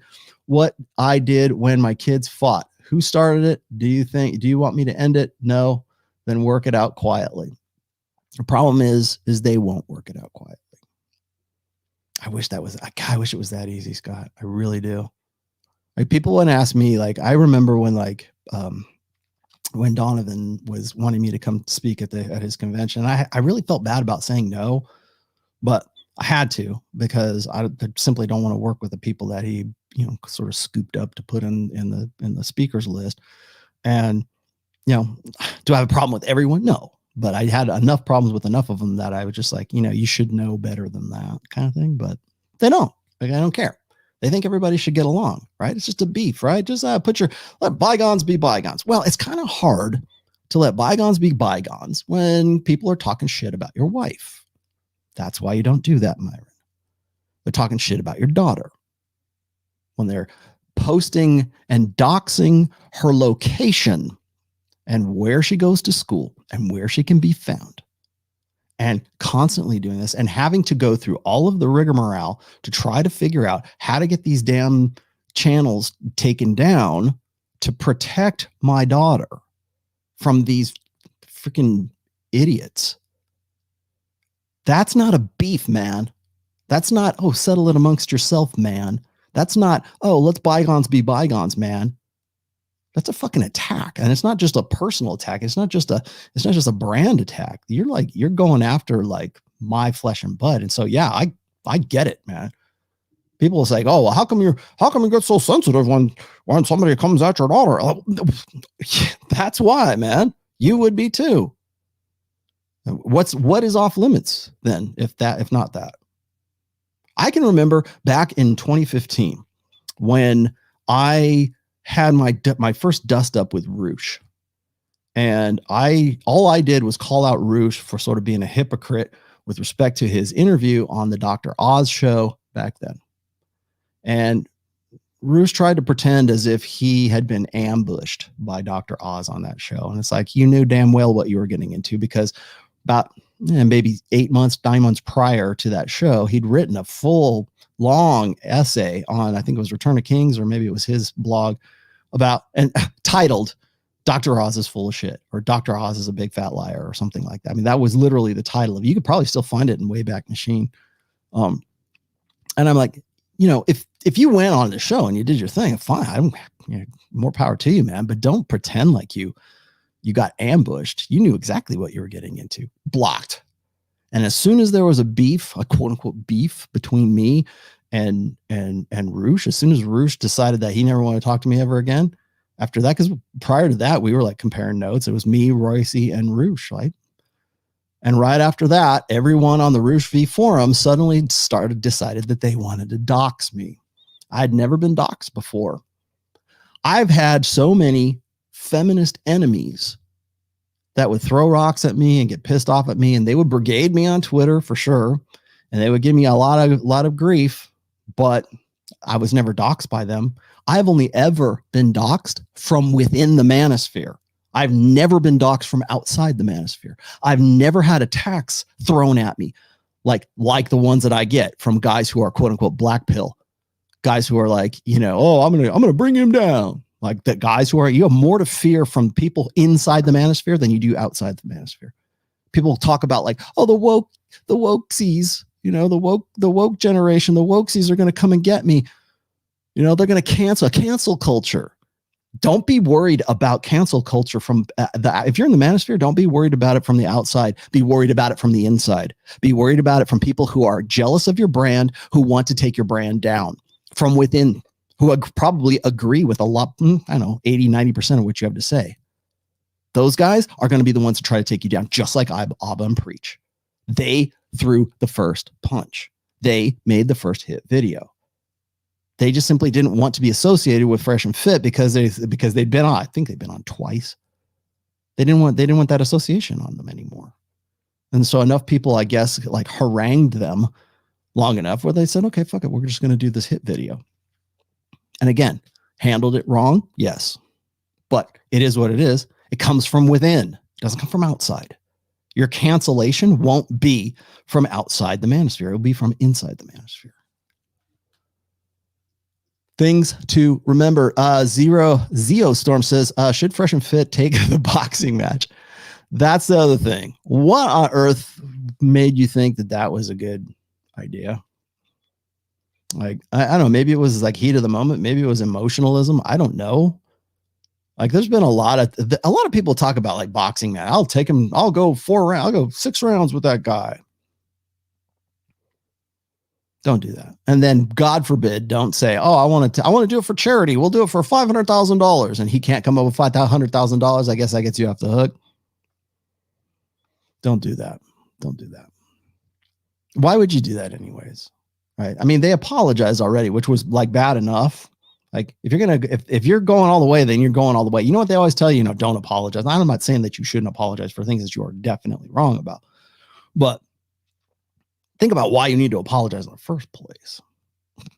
Are they going to accept that apology? In fact, that's funny. Remember, like what they always tell you is like, and then like I've seen guys who are like in the tradcon movement and whatever, or guys who are like celebrities and they get on the wrong side of cancel culture. And then they go, oh, I'm sorry. Here's my public apology for X, Y, and Z. And it never works. Apologizing with the SJW mob never works. That all it does is confirm that they were right. And then you still get canceled. So don't apologize. Tell them to go to hell. That's what you tell them to do. Never apologize, especially not to cancel culture. Never apologize. And the reason for that is because it doesn't solve anything. Apologizing doesn't solve anything.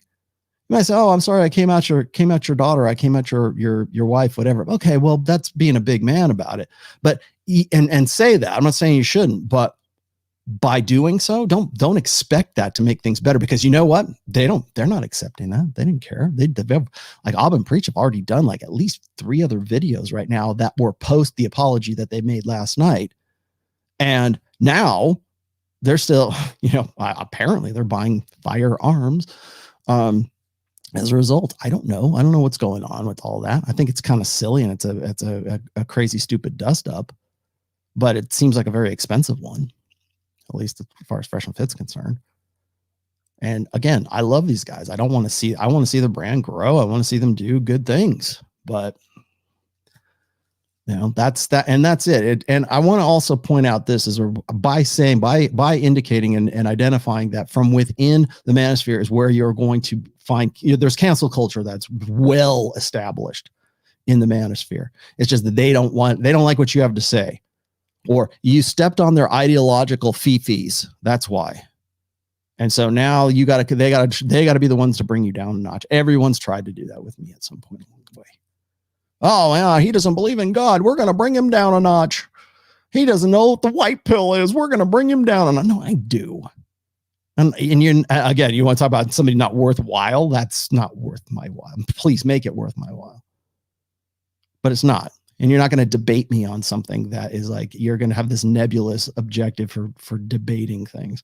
But when it comes to those kinds of things, is people want to bring you down. You know how many people have tried to do that in 20 years? You know how many people have? A lot, let's just say. So most of the time, that cancel culture comes from within, and they will gladly use the same tactics that they will complain about the woke mobs about. They will gladly use, intimidation. They will gladly use doxing. They will gladly use all of the silencing techniques that the woke mob will use, because they think that they're in the right. Everyone is a social justice warrior. I don't know if you knew that or not. Everyone is into social justice. It just depends on what your definition of justice is.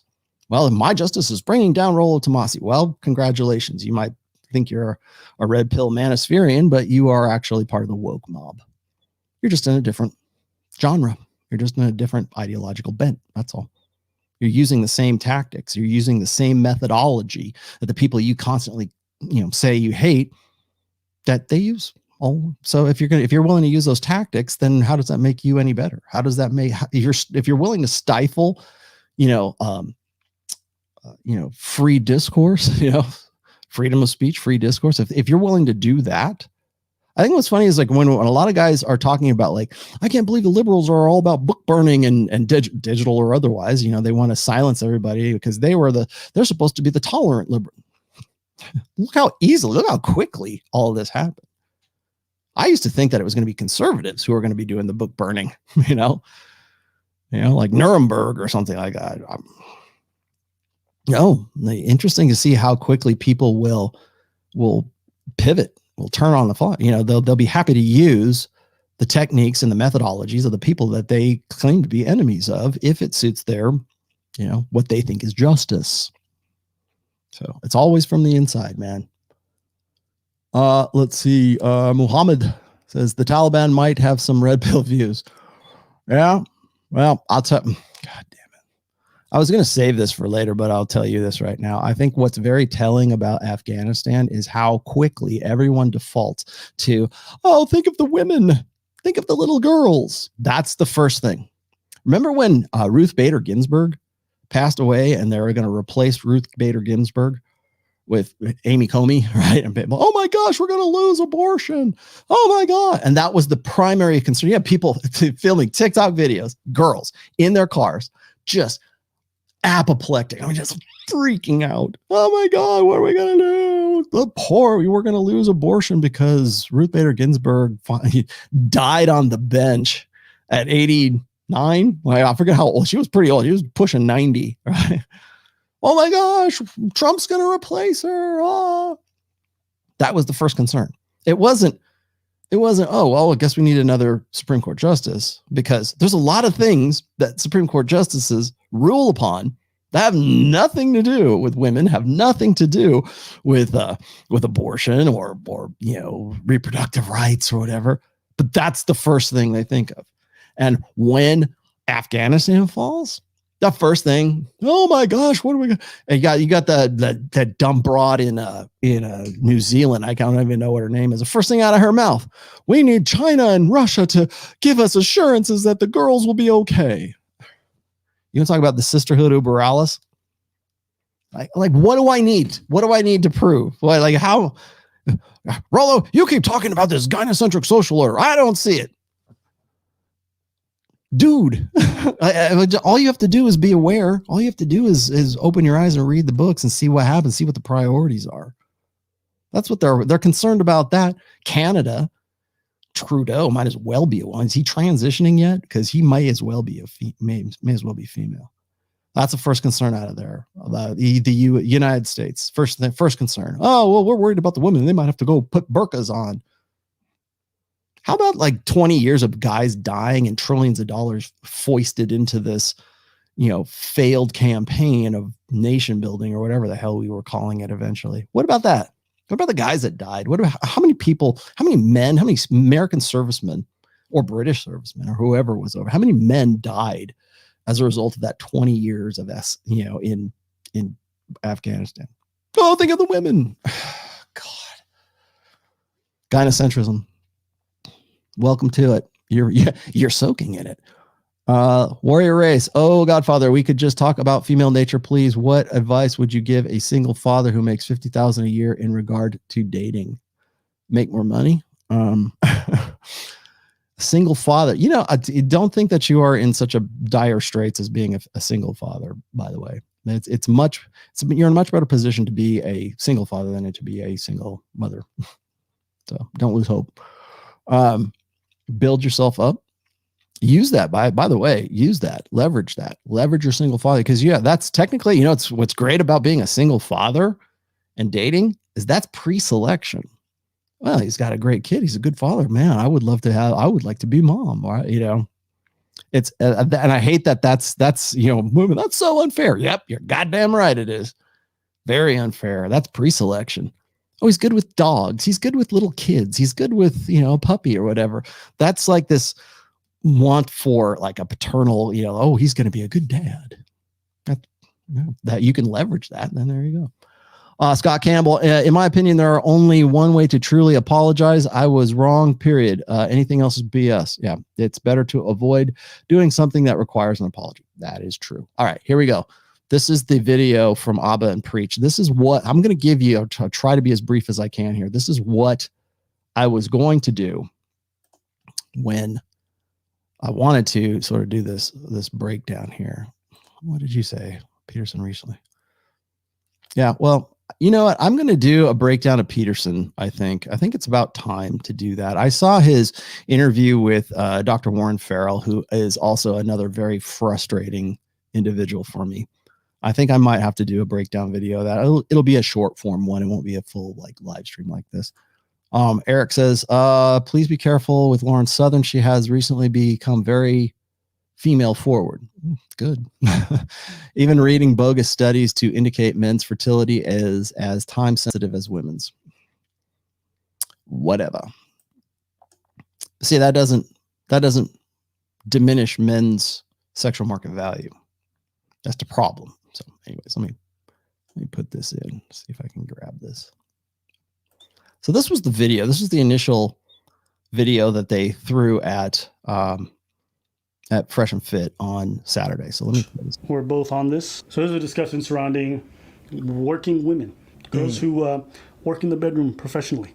And they were saying why they didn't want it to be legalized. And so they asked me and Preacher's thoughts. And this is what happened. Picture this though, right? We're dealing with these girls behind the scenes in person, right? How they look at these guys that are paying is different from what they're telling you in person, because they look at you as, okay, he's paying a need that I have, but I don't respect him. And for me, I don't want a bitch's pussy. I want her soul. You ain't getting nobody's soul. The f you think you are, Ghostbusters? This man said her soul. Look at your face right now. You're looking at the camera like, what is he talking about? I don't know where the whole souls comment came I was from. like this. You want? Okay, I do. So, so here's the thing: is like when remember what I told you about giving guys like children with dynamite, right? Giving guys this knowledge, and the problem is that after a while, you kind of get lost in the jingoism, right? You get lost in the speech, right? You get lost in the yeah, corny. Exactly, it is. It was stupid. It was very stupid, right? And the reason why it sounds stupid is because I know what Fresh is trying to explain here, but both these guys are kind of caught off guard. I think right now, once you get to a certain point, once you get to like a certain level of notoriety, that's when the hustlers come out. That's when the ringers come out. I mentioned this with that redhead girl who wanted to get on Fresh and Fit, and she was on there. She wanted to call them misogynists. If you go and you look at her, I forget what her name is. I don't really even care. But she was on there, and they would say, "Oh, she was just chasing clout." No, she was a ringer, and she wanted to be the guy. She wanted to be the girl who brought them down. In fact, she thought she was going to get kicked off the show right after she had said, "You guys are misogynist. This sounds very misogynist. Blah blah blah. Misogyny, misogyny, misogyny." And she was hoping to get kicked off, because if she had been kicked off, that would mean that they were trying to silence her, that they were wrong, she was right, and they didn't have a counter, and so they booted her off. Frank Castled her, but he didn't. And I don't think she was expecting that. But needless to say, there are enough guys and there are enough men and enough women right now who are trying to find some way to take down Fresh and Fit a notch. And it's real easy to do those things, or it's real easy to sort of point in that direction if you take that language out of context. And it's really easy to do that if you're using vernacular, lingo that sounds kind of corny, right? I hate that word. Oh, corny. Okay, it sounds cringeworthy, right? Oh, I want to own her soul. Where did he get that? Well, what that is that's a reference to when I say what you want from women is genuine desire. And now these guys throw that out there and they build it up and they embellish it with like, I want to own her soul. I want her to, do this. I want genuine desire out of this woman. So yeah, it does sound bad when it's put into words by people who just simply either on the fly or they didn't know any better. And in this case, maybe Fresh was just being a little bit, flippant about the whole thing. And it does sound bad. And that's probably why they chose that clip of all the other. There's a lot of other things they could have pulled from that same video, but this is what they went with because it sounds the most corny. It's the easiest to attack. What he was talking about is genuine desire. And you'll see what I mean here in just a second. So that's corny. That's super corny. But anyways, I want her respect. So I get what you're saying, bro. Like, I'd rather be the guy behind the scenes where she's, oh, baby, I love you, whatever. And then she's showing me, oh, look at all these thirsty guys in my DMs want to pay me for sex. Like, I'd rather be that guy behind the scenes and not the guy that's actually paying for it. And you talk about the respect. Let me ask you something. All the girls you smashed. Yeah. If I talk to every one of them, you think they all respect you or are going to say good things about you? Yes. All of them? All of them. Okay. Okay. So we're going to get into and this is another part where Fresh drops the ball just a little bit here, but I think this is more telling of Abba than Fresh in this. Okay. So respect is like this very big nebulous thing, right? What is respect? I've done full episodes on respect and how women have a different concept and a different definition of what respect is, while men have another one. So for men, respect is earned. It is a meritocracy, right? It's merit-based respect. Okay. To have respect, to earn men's respect, you have to do something respectable. right? Men must be, or men become, and women just are. So you have to do something that is going to earn you respect, right? Be respectable. It's a burden of performance. Keep talking about that all the time. These guys have probably goofed on me about that as well, or whatever. But fact of the matter is that for men, respect is something that is earned. In fact, most guys will go, I don't respect any woman. She just got to earn respect. Yeah, because you're approaching respect from a male perspective. For women, respect is just something that is given. It's just something that is. It's something that they deserve by default because they have a vagina, because that's just what they are. You don't respect women. I do. No, of course I do. Like, there was a series of videos. There's a series of videos from young guys who would, all they would do is they would go on these videos. I don't know if it's a TikTok video or what it was, but they'd be like, I respect women. I respect women. I respect women. And that was all it was just a bunch of random guys going, I respect women. And they're all probably between the ages like 15 and like 22, young guys. And it's just this pledge of allegiance, right? I respect women. Like, as, yeah, I hope she sees this, bro. That's the takeaway message. But respect is different. And here's the thing is, like, even whether those girls did or didn't respect Fresh, and I think Fresh was kind of foolish to say, oh yeah, all of them do, which is kind of ridiculous. Okay. But who cares? They're pros. Who cares? If you're paying for sex, who gives a flying F whether that girl respects you or not? Does she do the job and does she go home? Yeah. Okay. I don't care if she respects you. Who cares about respect? Right. But he's preach this. And this is a very blue pill understanding of intersexual dynamics, is that respect of a woman's respect for you is something that is like something unapproached or beyond reproach, right? It's something that it's like this. It's a capital, right? A respect capital. It's something that like you should value. I wish they do think they all respect you. Like, no, I would have said no. And I don't care whether they do or not. I respect myself. Whether they do or they don't is really kind of up to them. And I wouldn't expect that to happen either way. And I think that's probably a better red pill approach anyways. Who cares? Was it a madman? What do women want? What do you think women want? Who cares? Who cares? Right? I know who I am. I know what I'm about. Some women are going to respect me. Some are not. I honestly don't care. Are those women? The real question is, did that woman earn my respect? But we don't think of it in those terms because Preach is here, it's Abba's here, and he is the one who's making or placing value or making respect a quote unquote capital. Okay. You know what's the best part? The live stream chat during that period, they were going crazy. I know. Yeah, they were just going, Cap, that's a lie. I'm sorry. Okay. I don't care who it is. I don't care what. If you're out there and you've been with enough people, eventually you're going to have people who are talking shit about you behind your back. Oh, his dick was, even if it's not true, it doesn't matter. You think all your exes are saying wonderful things about you? You think everybody you went on a date with is saying wonderful things about you? Why do you care? No, but why should I care? Should I feel bad because they are? Is that what I'm expected to do here, Abba? Is to feel bad? I've got a string of exes, I'm sure, from 20 plus years ago. Do you think all of them are like, remember me fondly? Of course not. Whether they remember me at all, who cares? Who cares? Respect is not money. It's not currency. It's not tangible, particularly when it comes from women who have a different understanding and a different approach and a different concept of respect in the first place. This belies a blue pill mentality. This is from conditioning you to believe that you should feel shame if a woman doesn't respect you afterwards. That's why. That's where this fails.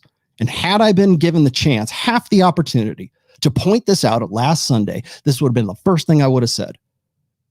This is giving capital to these guys. Okay? So there you go. It's giving capital to them. Bruh, you guys run a podcast where you're talking about ladies all the time. Controversial opinions. There's no way the women that you've been with, all of them have positive opinions about you. It's impossible. It's impossible. And this whole idea that having game makes you a better man, that's also not true. In some instances, it does great things for you. Helps you develop confidence and some good things. Fantastic. But it also turns a lot of people into shitty people. It does. That's why there's a lot of shitty ass people, pickup artists who are terrible human beings. Okay. That right there is the most common thing going on right now when it comes to PUAs. Okay. So to say someone is a PUA is like the boogeyman. If there is no boogeyman, then no one gets paid. That's the problem. You want to know why this video was created in the first place? That's why. They want to tar these guys with that same kind of, the brand of PUA. And they don't want that. They don't want the association. That's what they're trying to do. They're trying to backpedal and push off of this because as Fresh and Fit get more popular and they've got a video that they go, oh, was Abba and Preach were on here too, right? They don't want the stink of that. PUAs are not what you think they are. If you think a PUA looks like Mystery from 2003 right now, you are living in a time from almost 20 years ago.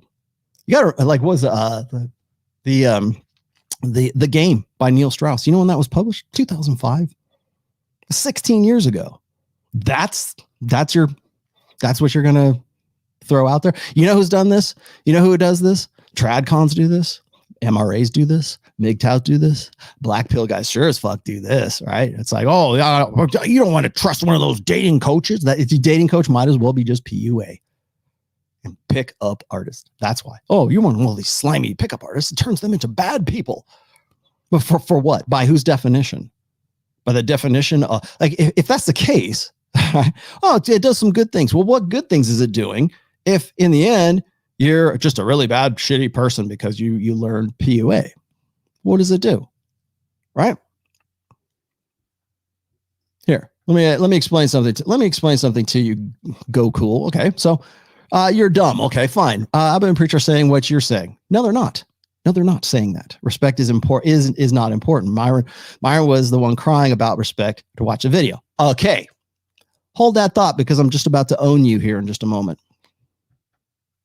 This whole idea of living your best life. No, listen, gluttony, whether it's money or sex, it's not a good thing for a person. Here's something about me right now. I'm a little bit different because when I meet a chick, right, she would never know that I'm RP aware because I move so chill and so cool that like when she leaves my presence, she's like, yo, damn, what is this nigga at? Because real talk, I'll fuck a bitch, take her to eat some dinner. Her belly's full. She's feeling good. Yo, babe, text me when you get home.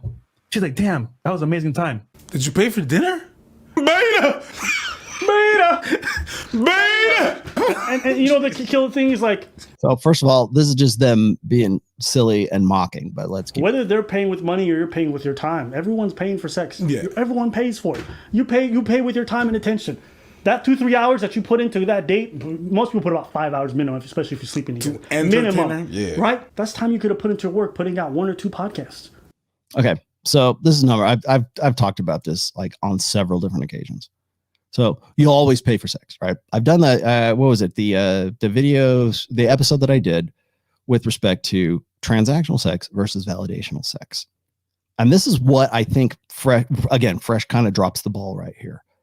Is like it sounds like he's fronting. It sounds like he's popping off about something that he doesn't know.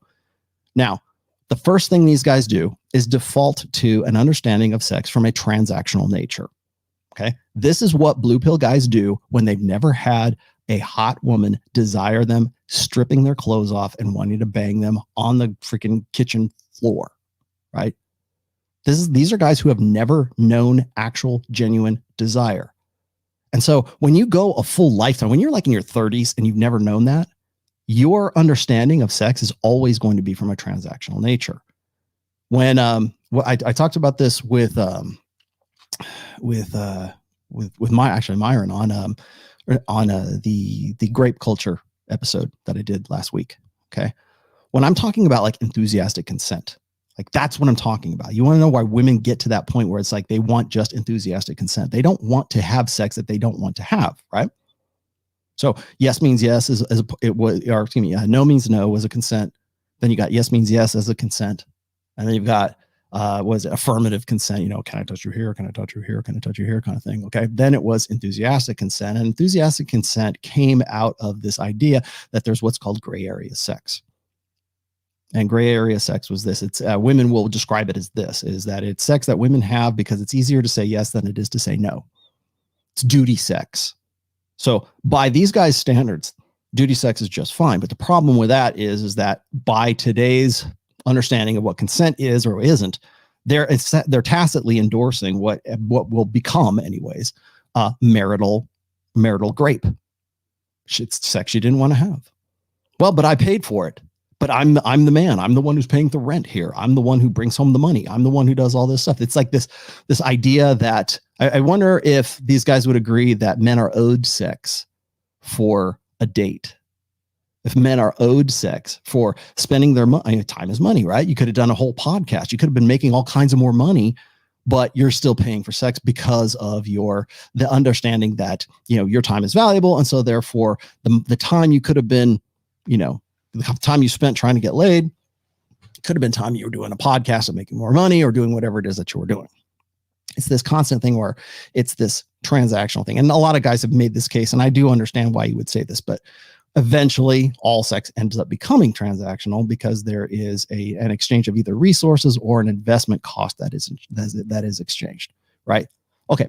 Later on, yes, but there is a validational sex where women want to have sex, the hot guy in the foam cannon party. Throw caution to the wind, opportunistic, short-term sport fucking. That's what we're talking about here. So when we're talking about like unlimited or unmitigated genuine desire, when we're talking about like a woman who is so hot for you that she will break rules to bang you, that's what I'm talking about. And that's the difference between transactional sex and validational sex. And I will tell you right now, neither one of these guys has ever experienced validational sex. And most guys don't. This is not any hit against them. The 80% of guys, remember we talked about the 80-20 rule. 80% of guys will, in their lifetime, will never experience validational sex. It will always be mitigated. It will always be quid pro quo. It will always be an exchange of resources for sexual access. That's what primates do.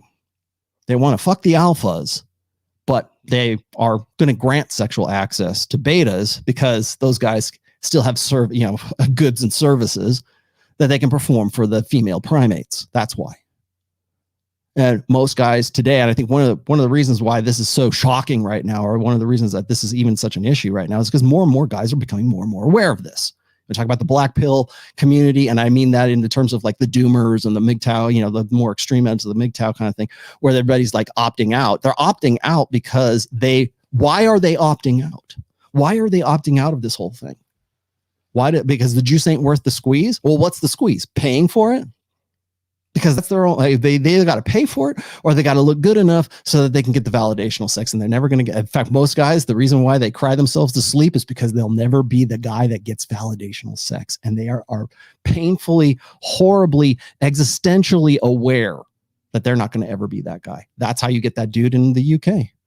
That's how you get Alex Manazian. That's how you get Elliot Rodger. That's how you get those guys.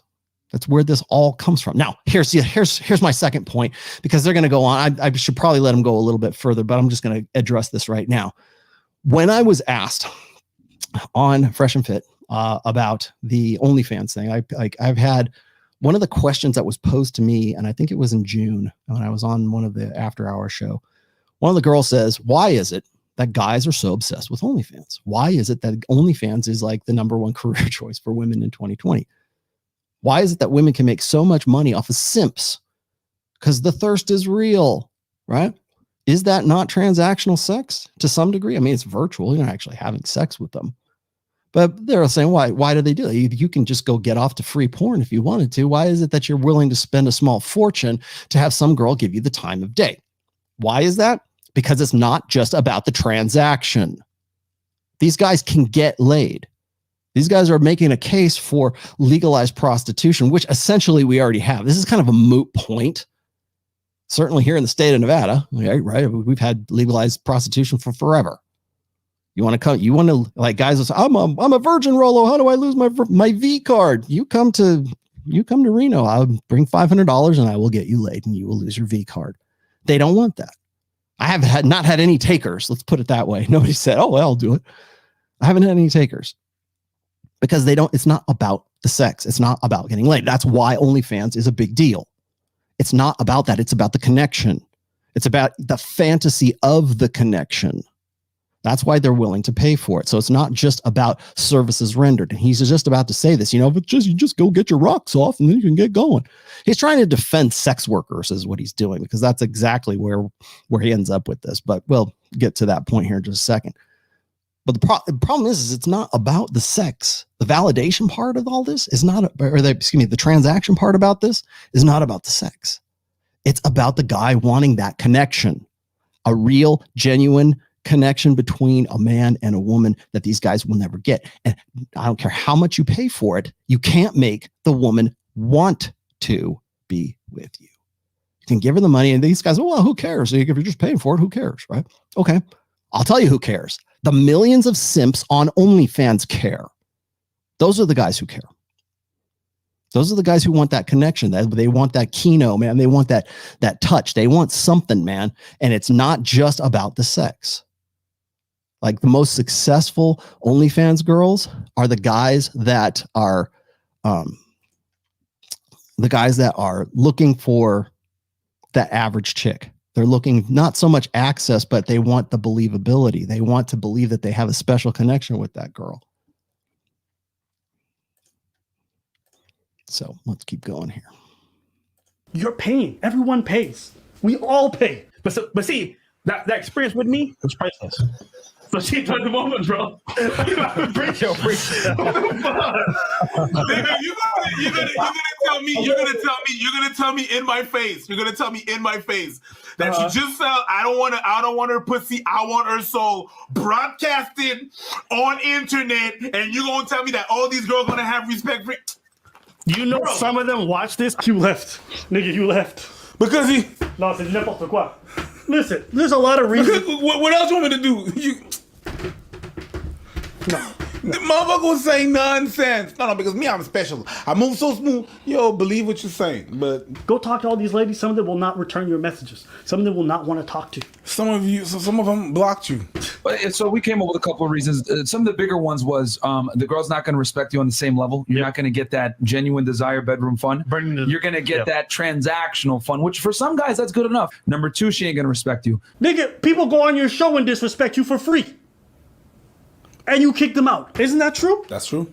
So it's like this whole idea you going to get respect from these ladies if you don't. That's not true at all. That's not how it works. This is where they go back completely on what they were just saying a minute ago. So what is it, guys? Is respect like worth something, or is it not worth anything? Because what they're doing right here is they're contradicting just what they said not even 5 minutes ago.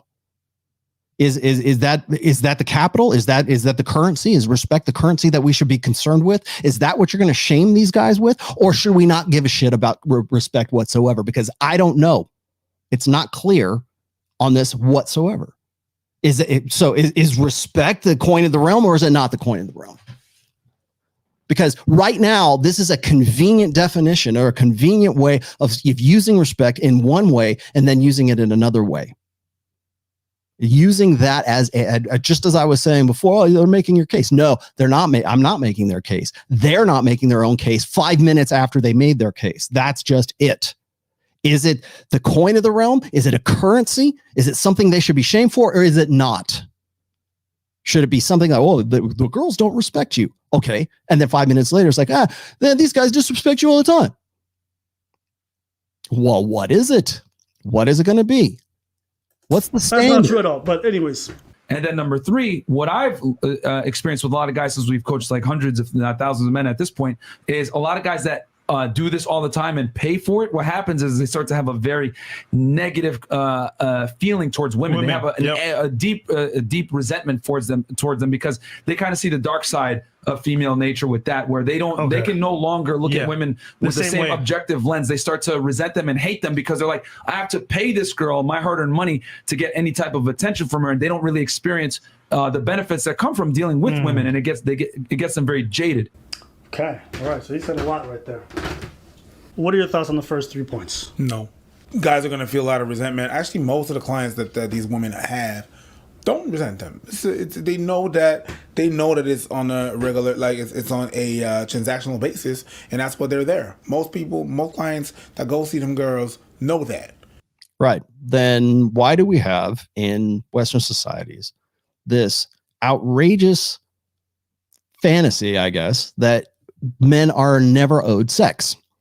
In fact, a man thinking or believing that he is owed sex is tantamount to rape. Why? Why is that? Why are we why if everybody's on the up and up and we're all cool about sex work and everything else, then why is that a thing? Those guys wanting to say, well, I took her out on a date, I did all this stuff and I didn't get laid. Oh my God. Oh, well, those guys are blue pill losers. Those guys are betas that they didn't want to have sex with in the first place. And we'll go and we'll justify it like that. I've talked about this in the chore play videos as well. Guys who will go and they'll do all these chores. They'll go and do all of these, hey, I'm washing the dishes, like they're going to get laid as a result of washing those dishes. Why is that? Why is that offensive? If that's the case, if they know that, then why is that a big deal? Hell, you can go on a Huffington Post right now. You go on the Atlantic and find men are never owed sex. You can go look that up on Google. You'll see a billion articles about that. Why?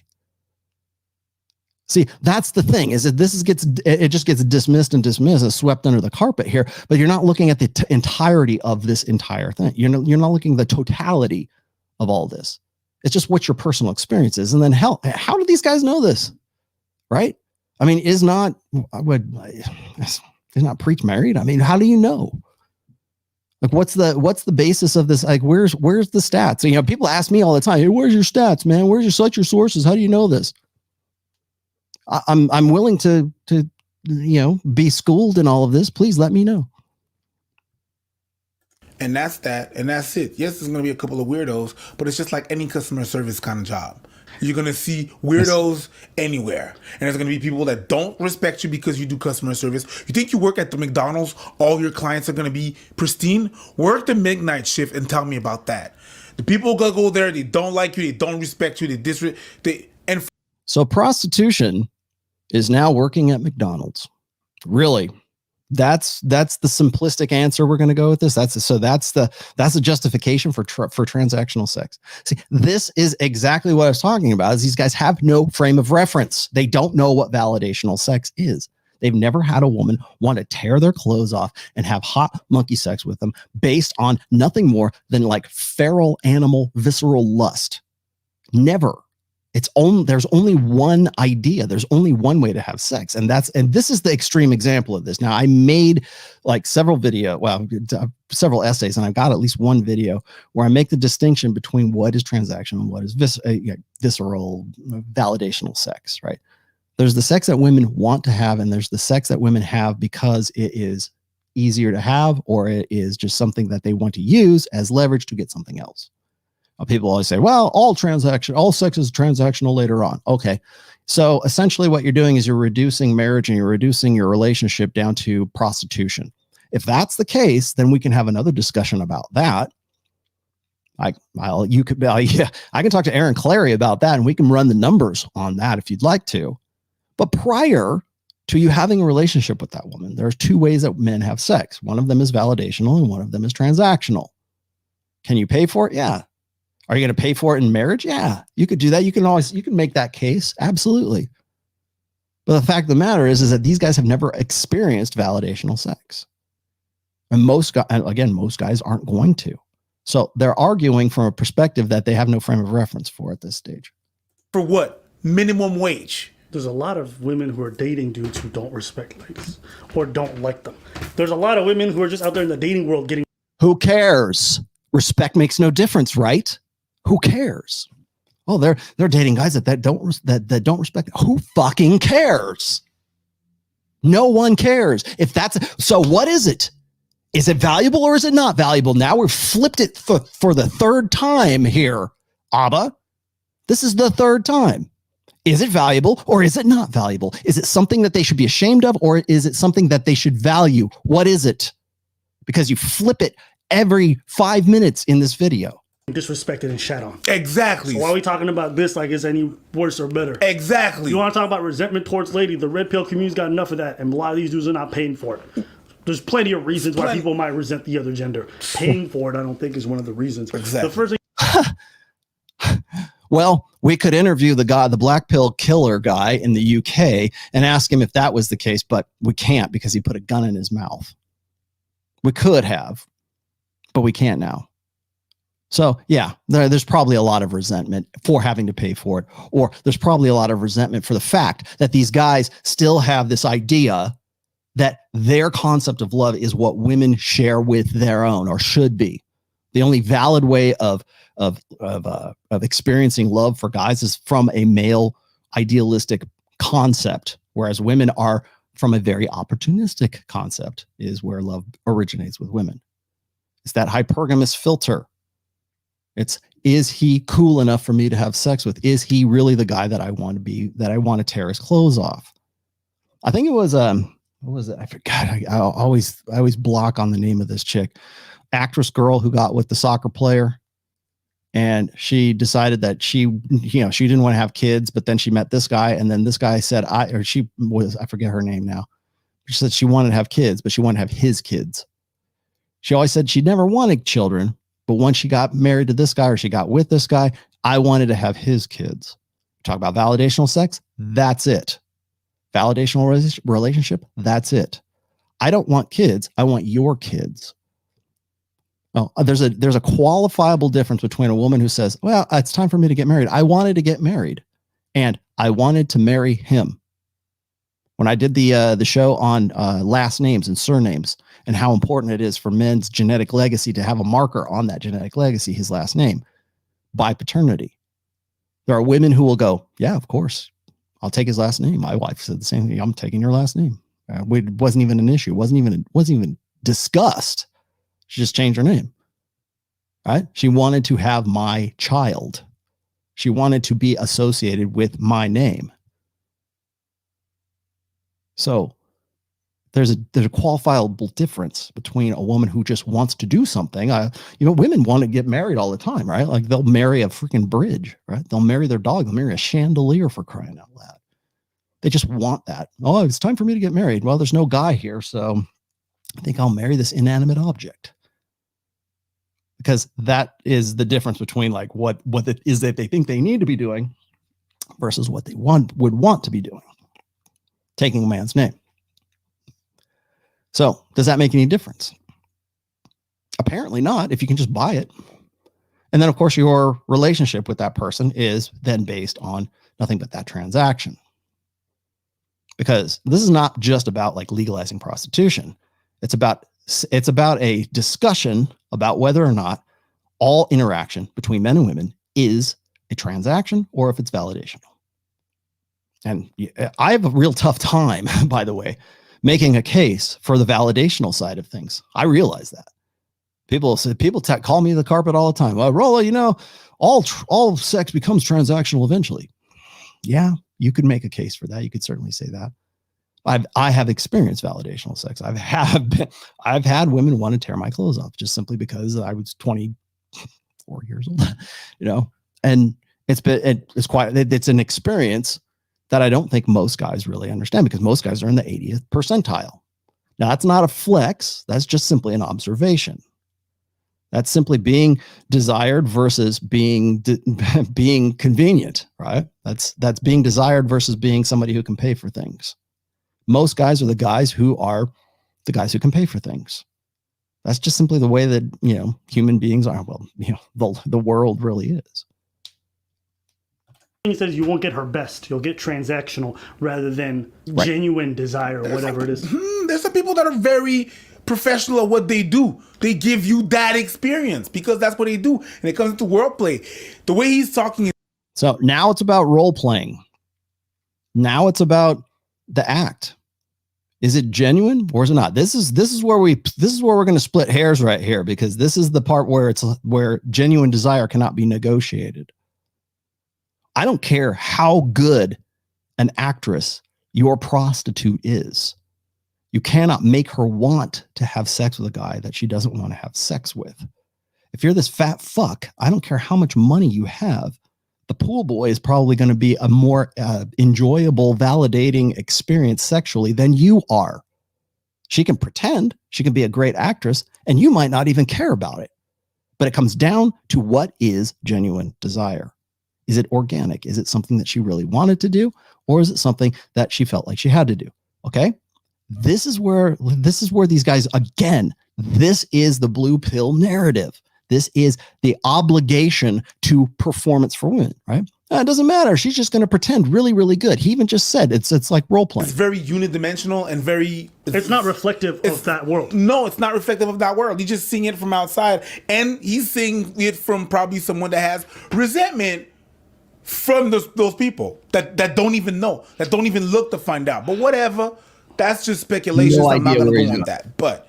It seems like that, but I'm not really so much gonna spend some time on that because that's how he thinks. That's how he thinks. At the end of the day, he knows. But it's very unidirectional. That's not what the reality is and how it reflects it. At the end of the day, when you pay someone for a job. So what the fuck was that? Like what did he just say? It's very unidirectional. So are you saying that so being unidirectional, is it just because she's believable? So if she's a good actress, then is it genuine desire? And who cares, right? Who cares if she respects you anyways? But, right? Who cares? It's not about respect, clearly. Oh, maybe it is. It will be here in 5 more minutes. It might be. But so what the fuck is that? What is it? Unidirectional? What is that role play? So you're okay with the role playing? I think a lot of this is a lot of self-justification. They want to say that it's these guys self-justifying. Maybe Fresh and Myron are. But I think what they're trying, I hear Myron trying to make a case, and these guys it's just blowing in one ear and out the other because they're trying to find some way to sort of disagree with them here. They come to do it. They're doing it for free, or they do it out of passion. They don't always do a good job. As an artist, you know this. Mm-hmm. Ask an artist to do something out of love, and then ask an artist to do something because they're getting paid. The approach. So, but either way, they're performing. So is it, once again, it's still based in transaction. They're still performing. Is it for real or is it not? That's where a lot, like, again, you want to know one of the reasons why a lot of black pill guys lose the narrative when it comes to like love. Like I get accused of this all the time. Rollo said that women can't love men. No, not at all. I think men and women can definitely love each other. They just approach it from different angles. They just approach it from different concepts. Can a woman be real and she really fall? Yeah, of course. There's ride or die women all the time. I got one right outside my door right now.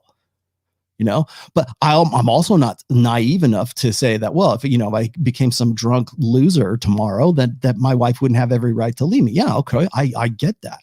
You're going to shake her faith in your security providing perspective. That's great. Remember, that's what this boils down to. These guys are locked into one side of hypergamy. There's two sides, alpha fucks and beta bucks. These guys have never known the alpha fucks side of hypergamy in their lifetime. They've only ever known the beta buck side. They've only ever known the provisioning side. They've only ever known the kind where transactional sex is what epitomizes the beta buck side of hypergamy. You want to know why I have a problem with Jordan Peterson? It's because he thinks hypergamy is all about that one side. In fact, I don't want to just pick on him. There's a lot of guys who think that too. They think that it's only about long-term. It's only about long-term security and be the best dad you can and prepare yourself for the future and make more money and do this and da-da-da-da. And you know what, man? And here's my flex on you, man. When I was in my 20s, it didn't matter what my fucking car was. It didn't matter what my fucking living situation was. It didn't matter that I lived in a one-bedroom apartment and a studio apartment in North Hollywood. I had women who literally crawl through my windows in the morning to bang me before I left to go to community college in the morning. And they went off to work. No money, no nothing. It was just, this is raw, visceral. I want to have sex with him so bad. It was such a great experience. I want to do it again. Do you think these guys have ever experienced that? I don't know. Maybe. Who knows? But they're not talking like they do. They're not talking like guys who have ever experienced that before. And so, you want to say, oh, Rollo's flexing about his rockstar 20s. Yeah. In this case, I'm going to have to, because I got to use that as an example right there. I'll be the first one to say this, is I don't think that it's necessarily always about the money. And I'm going to agree with, looks maxing doomers here for a moment. Yeah, sometimes it is just about the experience, and sometimes it is just looking like Giga Chad. I'm not saying that's what I look like, but I was a character that, I played a role that women wanted to get with, and they wanted to tear my clothes off because of that. Now, maybe things have changed since then, and maybe that's not relatable because we live in a society where everybody's living behind a screen and they have no social skills and they don't understand these things. But that's the difference. And this is the argument I would have made had I been able to go on with Fresh and Fit and make this, because they made a very bad case. They knew what they wanted to say, but they couldn't say it. They knew what they wanted to do, but they couldn't get it out. Okay. So it's completely different. And the truth is, the reason why these high value dudes or dudes who got all this money pay for this is because they get the best out of these ladies. They get the best out of them. When they show up on time. They don't get flaked on. When you're paying somebody, you get flaked on. You ever had somebody ghost you for a date? That happens, right? When they show up, they make sure everything's taken care of because they're there to cater to their client. Jeff Bezos. Jeff Bezos is the richest motherfucker in the world. Jeff Bezos, divorced, Jeff Bezos can have a new woman every single day of his life. He could live better than Dan Bilzerian, right? Yes, and I know he's a schmuck, and yes, I know he pays for his chicks. Shut up. He could have a new chick every day if he wanted to, but he doesn't. He's with Dirty Sanchez. He's with Lauren Sanchez. Is that Lauren Sanchez? He's with Dirty Sanchez. That is a blue pill mindset. He could very easily change up his game, and he could very easily do whatever the hell he wanted to, but he's not. Do you think he'll tolerate, flaking and stuff? Absolutely he will. You think women would flake on it? It's not about your money. It's about what you're willing to tolerate. I don't care how much money you have. If you come off as a schmuck, if you come off as a guy who will accept that behavior, absolutely. We did that was one of the questions I got on one of the panel shows was, why do women flake? I think it was when I was on with Torsha or something like that. It was like, why do women flake? Or what is it about women and flaking? Do they flake for a better opportunity? Yeah, they might. Is it all about the money? Yeah, it could be, but it's also about what the opportunity is. Is the guy hot? Because I would argue that money is very important. Game, very important. Looks, very important. What these guys are saying is money is everything. Money is where it goes, because the only thing women care about is the bag. You want to get her best? You want to get her natural, genuine desire? Then you just have to have a lot of money. If that were the case, then there should be a lot of very rich men who would never get divorced, who would have women who are just bending over backwards to be the best that they could possibly be for the rest of their lives. They're the happy little wife or whatever it is. You would see that the happiest guys on planet Earth would be the richest motherfuckers in the world. And they're not. Why? Is it like some sort of immunity against getting flaked? No, absolutely not. It's called opportunity cost. You guys don't understand that because you've never experienced validational sex in your life. That's why. Why is it that the hot girl who is like the trophy wife, who's banging the rich guy? I mean, this is a standard archetypal, stereotypical story. Why is it that the hot wife who is banging her fat old but rich husband still wants to fuck the pool boy? Why is that a thing? That's just a trope, man. That's just a stereotype, right? But it's a stereotype for a reason. Well, should that not then buy her fidelity? Right? He got lots of money. She shouldn't want anything else. She should give her best, right? That will buy genuine desire. In fact, that's where I'm going with this. Can you buy genuine desire? Because that's what these guys are saying. You can just buy genuine. They won't flake. She won't flake on you at all. She'll genuinely desire you. There are lots and lots of guys who are millionaires who do not get genuine desire from their wives, do not get genuine desire from their prostitutes, for lack of a better term. Or maybe just should call them prostitutes, because that's really what they are. Are they getting genuine desire? No, they're not. You know why? Because that money is a form of negotiation. Here, I'm going to pay you X amount of dollars, and you're going to behave this way for me. Can you make her want to do that without the money on the table? Can you make her want to do that even though you've got a dirty pickup truck and you live in a single studio apartment in North Hollywood? Can you do that? Can you still inspire the kind of sex that you would have to pay for otherwise to make her have a convincing performance without that money on the table? Can you make her want to do that? And my argument is no, because you cannot negotiate genuine desire. And negotiated desire only leads to obligated performance. And that's all you have ever known. Obligated performance, not genuine desire, not burning animal feral lust. Obligated performance. I'm obligated to do this. I have a duty. Duty sex, right? Oh my gosh, duty sex. No woman should ever have sex she doesn't want to have. Well, and then apparently every one of these guys is a rapist, right? Because they're having sex that they don't want to have. They're inspired to do it. They're incentivized anyways. And maybe they'll, bite their lip and just, hope for the best. Okay, are you done? I got laundry to do. Obligated performance. That's what duty sex is. So essentially what you're doing is having duty sex without actually having a marriage contract or anything like that. It's not a formal, negotiation. That would require marriage. But it's obligated performance. A negotiated desire only leads to obligated performance. And that could be in anything, but like in this case, we're talking about sex. So until you have experienced genuine desire, you have no frame of reference to understand what the hell Myron's talking about, or even, granted that Myron and Fresh did not make a very good, convincing explanation of this. Had I been there, had I been allowed to even have this conversation on Sunday, we might have had a discussion. But it's obligated performance. And people think that that's going to be, and I'll tell you what the thing is that a lot of guys, particularly 80%er guys who are the betas, who thank their lucky fucking stars that some girl would touch their pee-pee. Those guys getting obligated performance, they think it's great. They think it's awesome. It's been the best thing in the world.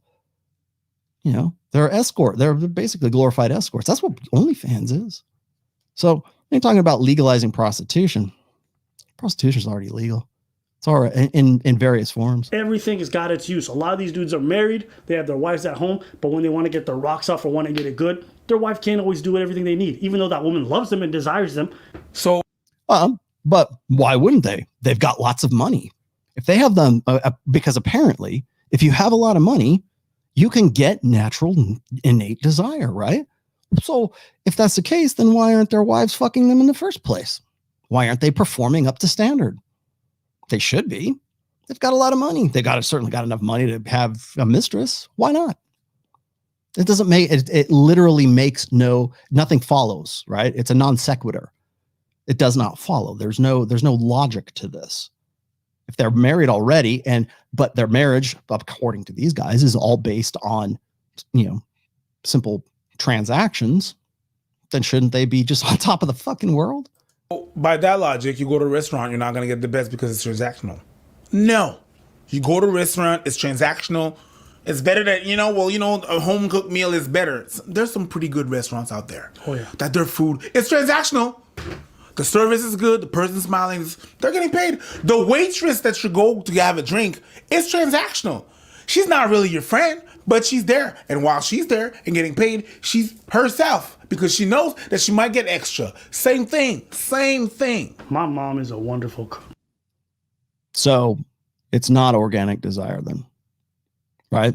The waitress is there just to perform for you. She's not there because she wants to be there. She's there because she's doing a job. Great. That's the condition of your interaction. Like, this is a really shoddy comparison here, but you're only making the point here. The point is that she's obligated to be there. She's got to make the money to do that. She can be cheerful. She can give you great customer service. I mean, you just said a minute ago, it was just like McDonald's, right? So you got to go out to the restaurant and, hey, great. Awesome. Well, according to these guys, if it's money in the first place, who cares whether you're having a home cooked meal or one out at the restaurant? Because they're both based on the same thing, obligated desire. The wife is based on obligated desire, and the woman that you're having, the waitress at the restaurant is obligated desire as well. So what is it, guys? Oh, and then of course we got to worry about being respected. I love Ethiopian food. She's some of the best Ethiopian food. That's it. The best. She can't make sushi. I tasted that. I'm going to see Yamato so he can make the sushi for me. Yep. Okay. Suzuki, he's making the sushi for me. Great. All right. Ichimaru, he's making the sushi for me. Naruto, he's making the sushi for him. They're not making sushi. Ichigo, he's making. I'm just naming anime. Yeah, characters. I know. All right. I got that by now. Okay. Number 2, she ain't gonna respect you. And that's the other thing, the whole respect thing. Not everyone needs that. As long as you're respectful in front of me when I'm. Okay. Again, for the 4th fucking time. Is it a currency? Is it valuable? Or is it not? Is the respect question a thing? Or is it not? Because we've now flip-flopped 4 times in this video. In the very beginning, and now I'm going to own your ass. In the very beginning, I forget that guy's name, sorry. I didn't even lie to you, he just whipped right by me. In the beginning, it was all about, oh, respect this, respect that. Respect is a currency, right? Respect is a capital. Now we're present. That's great. That's all I need. The second thing is, a lot of these women behind closed doors, they don't badmouth the people that they get paid to do this stuff for. Women are already talking shit about dudes that they're just banging willy-nilly. So respect is about bad-mouthing your clients or not bad-mouthing your clients, because of course there's no transactional, there's no validational sex whatsoever even involved in any of this. But there you have it. Again, we've flip-flopped 4 times. Is respect valuable? Is it not valuable? Because you were shaming Fresh right at the outset of this video. Oh, do you think these girls really respect you? Who fucking cares? You just said right now that it doesn't matter. Who cares? They'll badmouth her. What is it? Is it valuable or is it not valuable? It's only valuable when you can use it to shame these guys. And that's exactly what a blue pill mentality would do. Exactly. They already talking shit about you. They talking shit about they man. If you got a bad breakup, they talking shit about you. If you do something bad within a relationship and it's still working, they talking shit about you. This whole idea of like they're always gonna respect you, that's nonsense. That's crazy to me. And also remember this, right? When you're paying for the P sleeve or the P box, what happens is you get lazy. So the game is out the window now, because guess what? Now you're relying on your money, leading with your wallet to get the girl. Yeah. But once again, that girl's only there for the money, so there's no respect. Who cares? If you're only there for the sex, why do you need her to have burning desire for you? It's like, who cares? Who cares about the respect? Who cares about the burning desire, right? This is exactly what I would expect from a guy who has never had validational sex. Who cares? I don't know. If you're okay with it, who cares? Well, the problem is enough guys do care. Enough guys do care so much that they'll, instead of actually getting laid, or instead of actually losing their V card, instead of being like, instead they'll be happy to be incels. They say, well, you can go get laid anytime you want, right? Prostitution's legal. Come out to Nevada. I'll get you laid, right? They don't want to do that. Why? It's because it's not about the sex. It's about the desire. It's about the desire of that woman for that guy. I can pay for dozens. I can get you in a Roman orgy if I had enough money. But it's not about the sex. It's not about that. It's not even about the performance. It's about the actual connection. That's why OnlyFans is what it is right now. Let's not make it sound like wanting to bang a girl's like some noble cause that deserves respect. Who cares? But this idea that like... Respect. Who cares? Oh, they're only there for the money. Most of the time, we only there for one thing as well. And it's very, very like instant gratification and then we're out. So I don't even understand why you would want to have like some deeper approach to it. Two, there's a million guys on OnlyFans who disagree with you. Whole idea of having game and all this stuff, it's for some people. Not everyone wants that. Not everyone wants to bother going on dates and chatting to women and being a player. That's not for everybody. It's not for everybody. Yeah, just ask the guy who shot up the UK last weekend. It's not for everybody. Sometimes you just want to get your rocks off. Sometimes you hit up a booty call. Doesn't require any game. How do you get a booty call in the first place? Right? I'm trying to think how many booty calls I've had. I've had at least 4 in my lifetime. And I would say all of those were the result of me either being somebody that they wanted to get with, or I happened to meet them at a club, or I happened to meet them after a gig or whatever. And that granted, things were different back then. And it just worked out to being the way that it was, right? They don't even know what a booty call. You're like, what's the dynamics of a booty call? Booty call is basically being friend zoned for women. I don't think you guys, have I said this before? That's the difference between a booty call and being in the friend zone. Friend zone is basically the same thing as a booty call. Because what is a booty call? It is no strings attached sex, all sex and no emotional investment. And what is the friend zone? It's all emotional investment and no sex. That's what it is. But they're parallels to one another. And hopefully no expectation of that. Now, you get into those situations differently because you have different delusions when you get into those situations. But that's the comparison. All sex and no emotion, and then all emotion and no sex. They're analogous to one another. How many booty calls do you think that Abba has had in his life? Or preach for that matter? How many? I don't know. I don't know enough about these guys to really even give you like an accurate assessment of whatever their backgrounds are or whatever that. But they're talking like guys who have never experienced validational sex. They're talking like guys who've never had, like, let me tell you something. There's nothing more validational than having a booty call, right? It's not like every booty call I ever had in my lifetime anyways. And maybe you guys have a different experience, but every booty call in my lifetime that I've ever had, there was no money involved. It was, hey, you want to get together and have mac and cheese? Maybe that mac and cheese was my investment. Hey, you want to get together? And that call was enough to say, okay, I know what you mean. Let's go. And the girls wanted to do it. And that was it. There was no expectation. Later on, maybe if you hang around too long, then maybe sooner or later they're looking for that emotional. Where is this going? Well, you're a booty call. What do you think is going? But you want to talk about validational sex. I would argue that most booty calls are usually guys who are alpha to begin with. And I mean that in the abstract sense. Okay.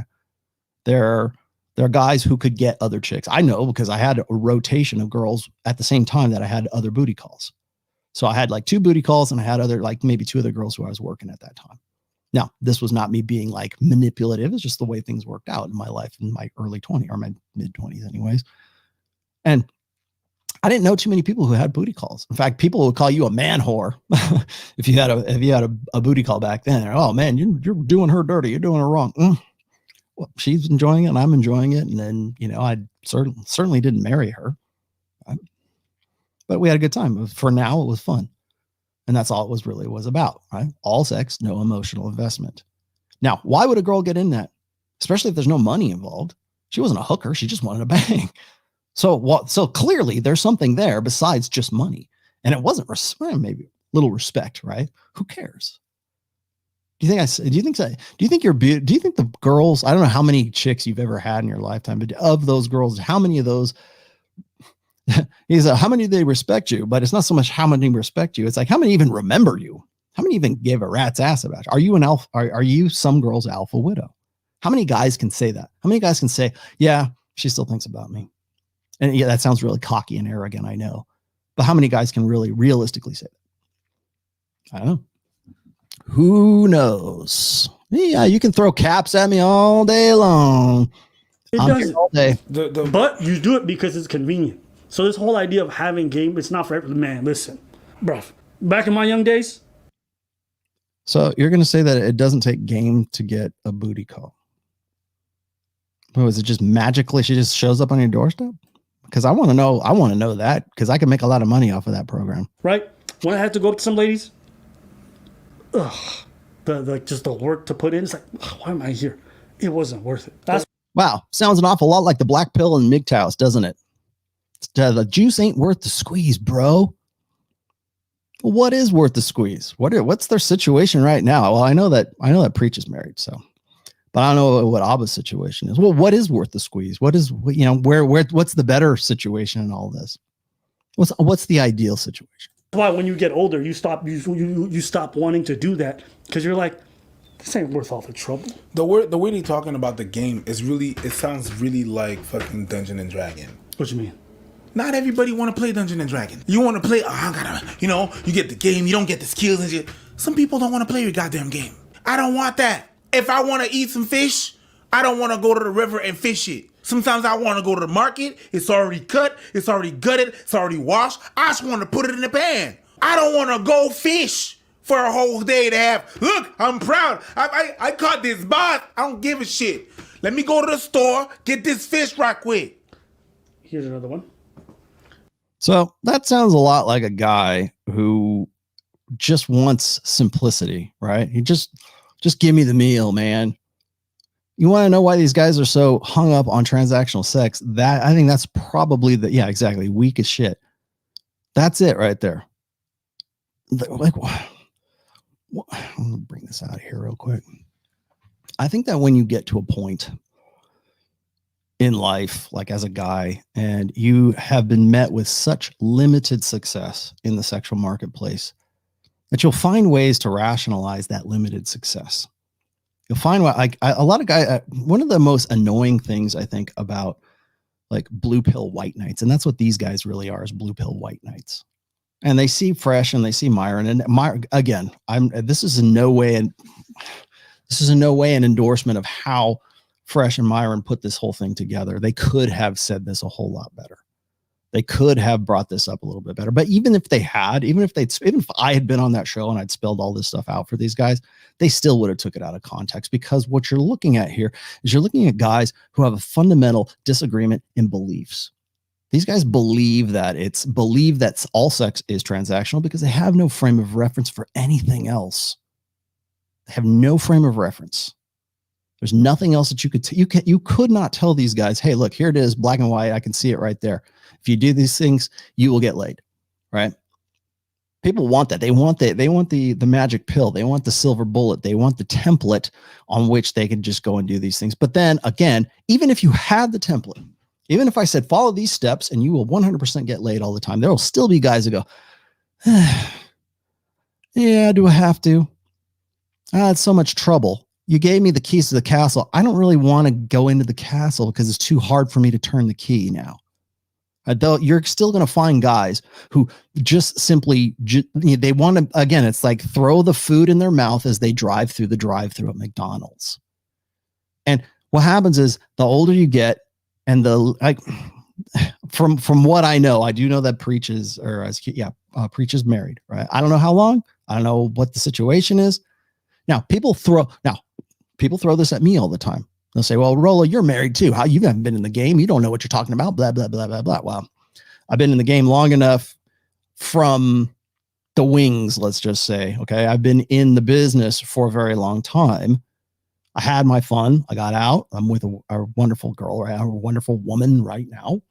I've already completed my mission according to TradCons, right? I've already had the kid. I've been married for 25 years. Great. By any TradCon measurement, I am a freaking success story. But of course, they don't want to. You won't hear that from Lauren Southern on Friday, by the way. But that's the thing, is like I get it from both sides. Now I can tell you about borderline personality disorder and girlfriends. I can tell you about running sort of an organic game on women.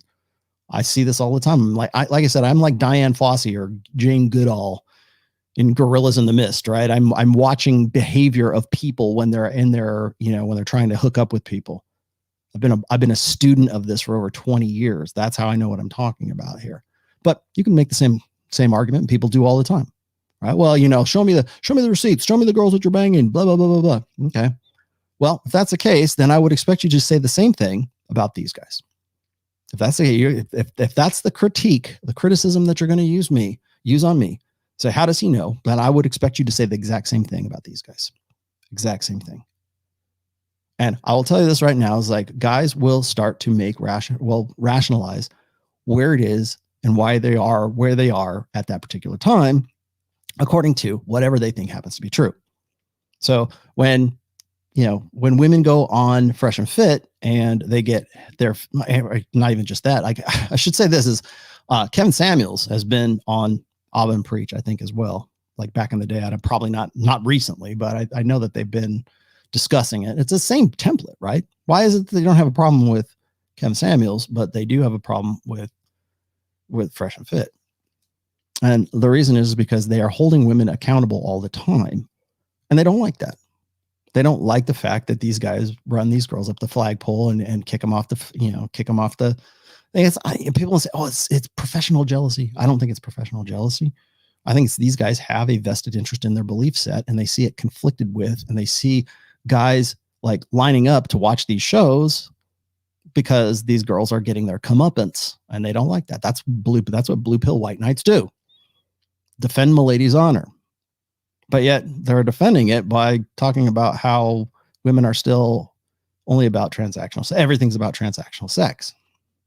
And God knows what the definition of respect is. Who knows? Who cares? Because we're going to flip flop as it's convenient. So what did you say, Avia? Preach's wife is one who turned him a simp. Well, okay. Well, I don't know. A lot of women will do that, right? What is it? Terry Crews. Terry Crews' wife, man.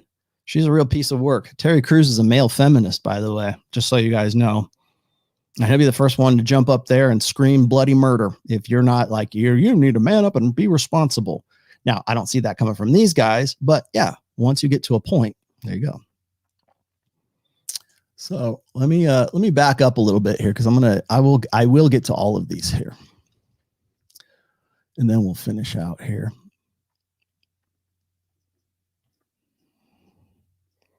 Scott Campbell, I got to you. Zeo Storm, I got to you. Mustang, on Afghanistan, the news showed footage of men falling from the sky out of an airplane, and they all talked about, all they talked about was women's rights there. Yeah, exactly. I think I talked about that. Eric Jundal, please be careful with Lauren Southern. I will. Peterson, got to that. Emilios N.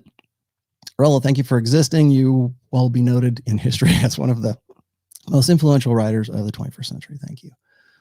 Gokul Sarah, laughing my ass off. Rollo, you are dumb. Abba and Preach are saying what you are saying. No. And I think I pointed that out 4 times during that whole thing. There's more to that video, but that was I would go a little bit longer, but we're coming up on 3 hours right now.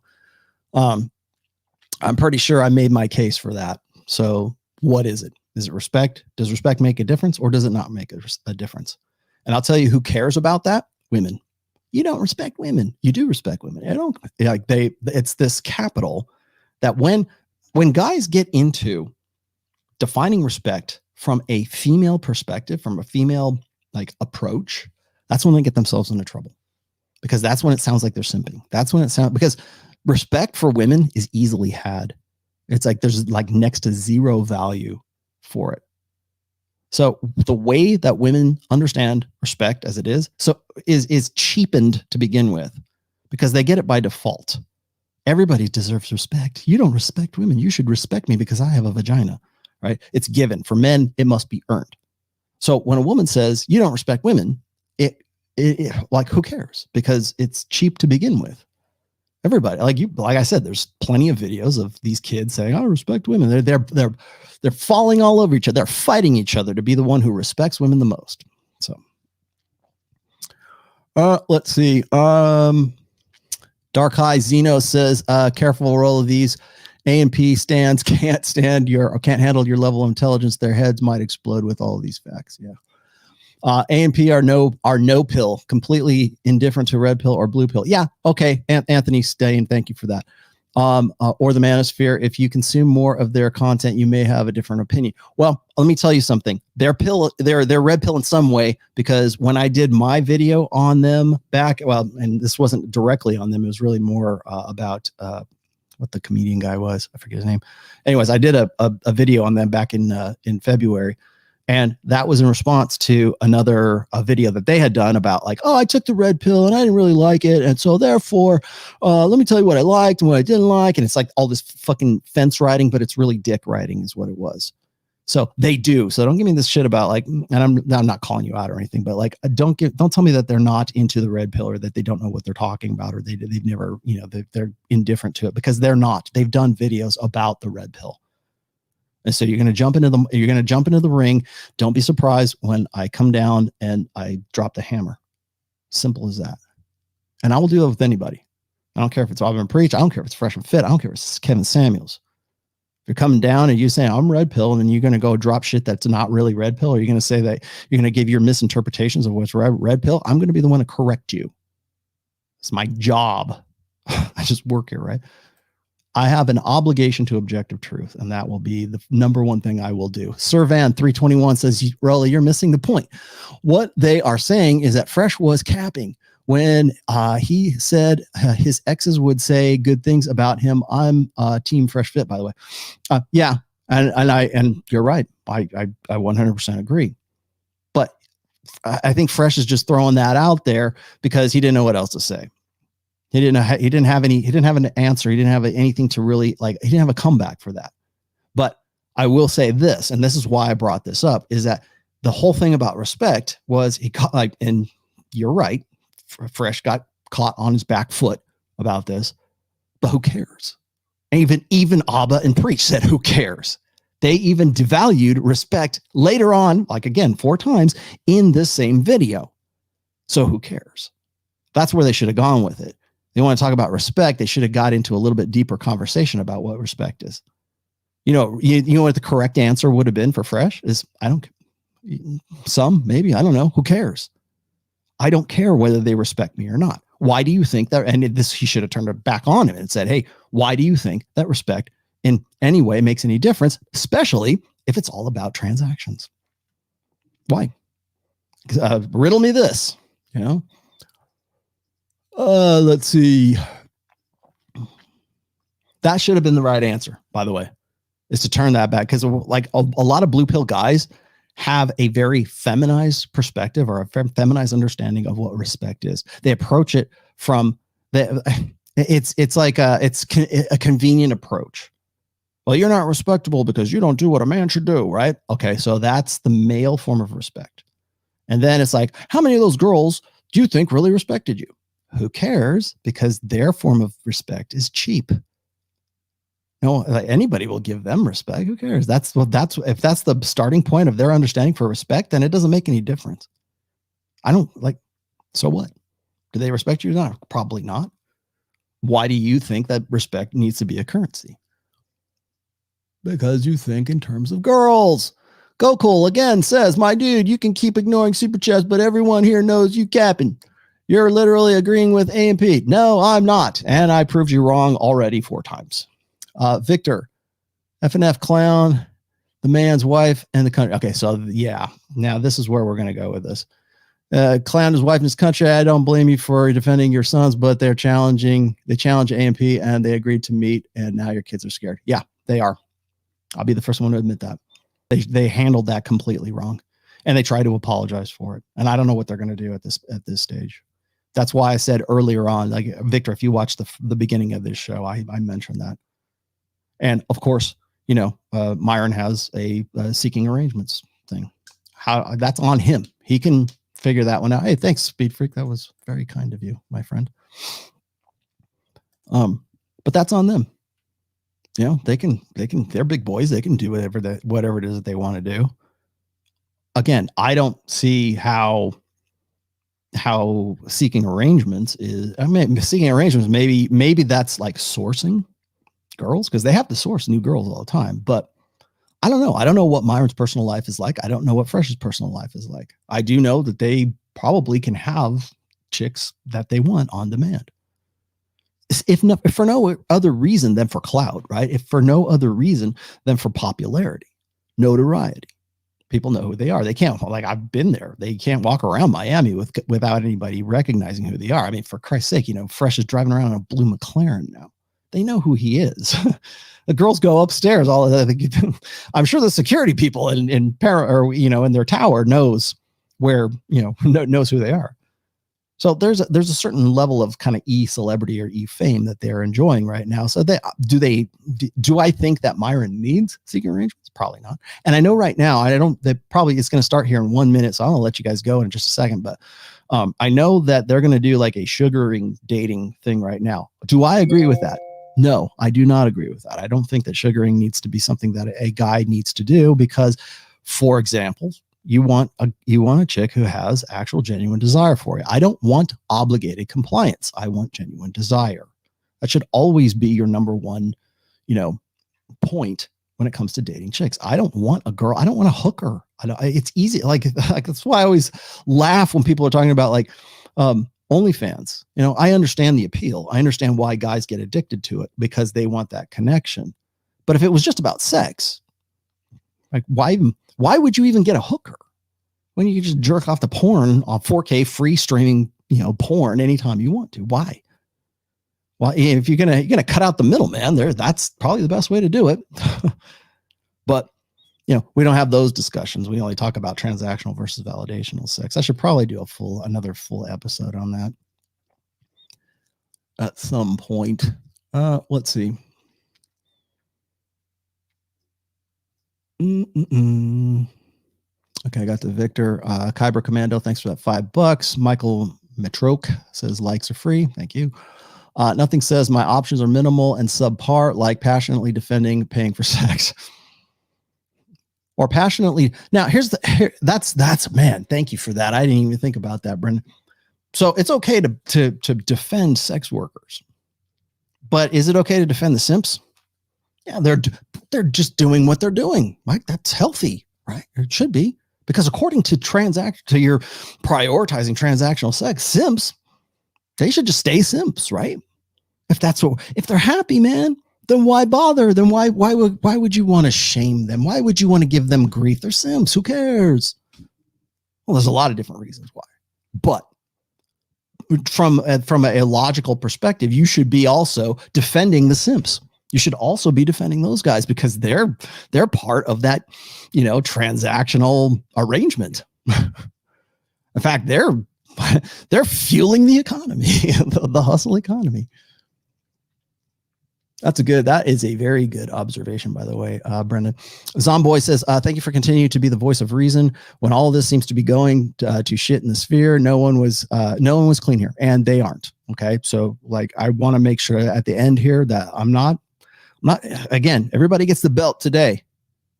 And the fresh and fit, he just didn't talk about I've been preach. Now I have for the last hour, but if you go back to the beginning of this show, you'll understand what I said then. So if you're just coming in right now, you do not have a complete understanding of any of this. So thanks, Zomboy, for that. Thuka Gumidi. I'm just going to call you Aya. How's that?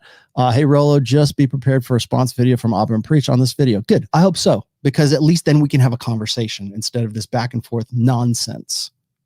So if you want, I would welcome it. I would hope they would. Right? I hope they would. Because they have a very basic primal understanding of the blue. They don't even have it. They're not red pill. But they want to be involved in a red pill. So if that's the case, then I'm going to be the one that's going to call this out. Hey, Rollo, just be prepared for a response. Okay, fine. Michael Matroke, nope, they have never experienced it. Yeah. Shamar Williams says, I just asked the same question. How does Preach know about these sex transactional situations? Well, of course he does, because apparently, he's married, I'm married. We're just all in transactions, right? You're just paying your wife. Apparently I am too. And if he is, he must be too, right? So it's all about the money. Doesn't matter if it's home cooking or it's home cooking or restaurant cooking, right? Because everybody pays. You're just paying for this performance, obligated performance. That's what you're doing. So maybe that's where he gets it from. I don't know. What did you say? John MLD talked about a year about seeking arrangements can be a site for sourcing dates and turn them into genuine plates.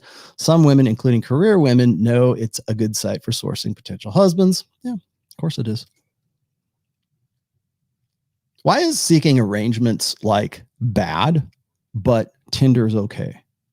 Why is seeking what meets the criterion? What's okay to use? Seeking arrangements bad. Tinder, good. Bumble, good. Hinge, good. What is the, if you use any of those, does that make you a failure or does that make you a success? Because according to Myron and the rest of these guys, they've always said it's a numbers game and you got to use whatever resources are available to you. I don't think it goes against anything he's ever said, to be honest with you, but why is one bad and one good? Let's see. Yep. William Shamar, Sinclair Crypto says that hit different for me because I'm literally here in my studio apartment in North Hollywood. Whereabouts, man? Tell me what street you're on. Actually don't. Nice of you to review. I did a full breakdown of this video. They're just playing for women who are the ultimate con artists. I'd love to come on and discuss. Okay. I was supposed to have John on with me today. I thought maybe he was going to join me, but that's okay. I think I handled my own. Pressure bus pipes. What the hell kind of name is that, dude? I see why you're the rational male. Thank you. George McFly said Rollo is spot on. Thank you, George McFly. McFly. How do you respond to women, Dragoon? How do you respond to women who say validational sex is only done by #res, not well-raised women? I have no clue what you're talking about. Well-raised women? No. Natural innate desire is what you're looking for. And Abba and Preach don't understand this because all they know is that is transactional nature of sex. And so you have, this is the failure to communicate. You have Fresh and Myron who can't really relate this in a language that they could understand in the first place. So they goof on him. They clown on him. I'm convinced Fresh and Matrix Jockey. So I'm convinced Fresh and Fit had you react to this video just to make them look good. No.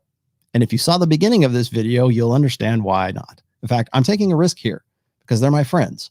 And I feel like I kicked them in the ass a little bit here. I told them back on Saturday that I would be glad to do a dissection video and they could have avoided all this bullshit, but they didn't. They blew me off. They dismissed me. Oh, I laugh at it. Well, they're not laughing now. And this was the video. I hope this was the video that I would have done back on Sunday had I been given half the chance to do so. I'm not trying to be an asshole. I'm just trying to be thorough, trying to be objective. I'm trying to spell things out here so that people get a better understanding of all of this because there's too much distraction, too much confusion in the manosphere right now. And all this does is contribute to it. I will guarantee you on Friday, I'm going to have to explain this bullshit to Lauren Southern. Guaranteed. I don't feel like I should have to, but I probably will have to.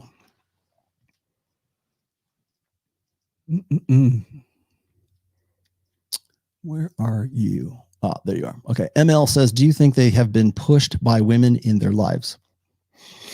I think they have been qualifying to women for most of their lives and still are qualifying to women most of their lives. Again, they have no frame of reference when it comes to transactional sex versus validational sex. And you can't speak that language to them, certainly not at this stage in their lives. Or is it just trying to please their patrons? Probably. They don't have that kind of, they don't have that kind of longevity and that kind of membership or that subscribership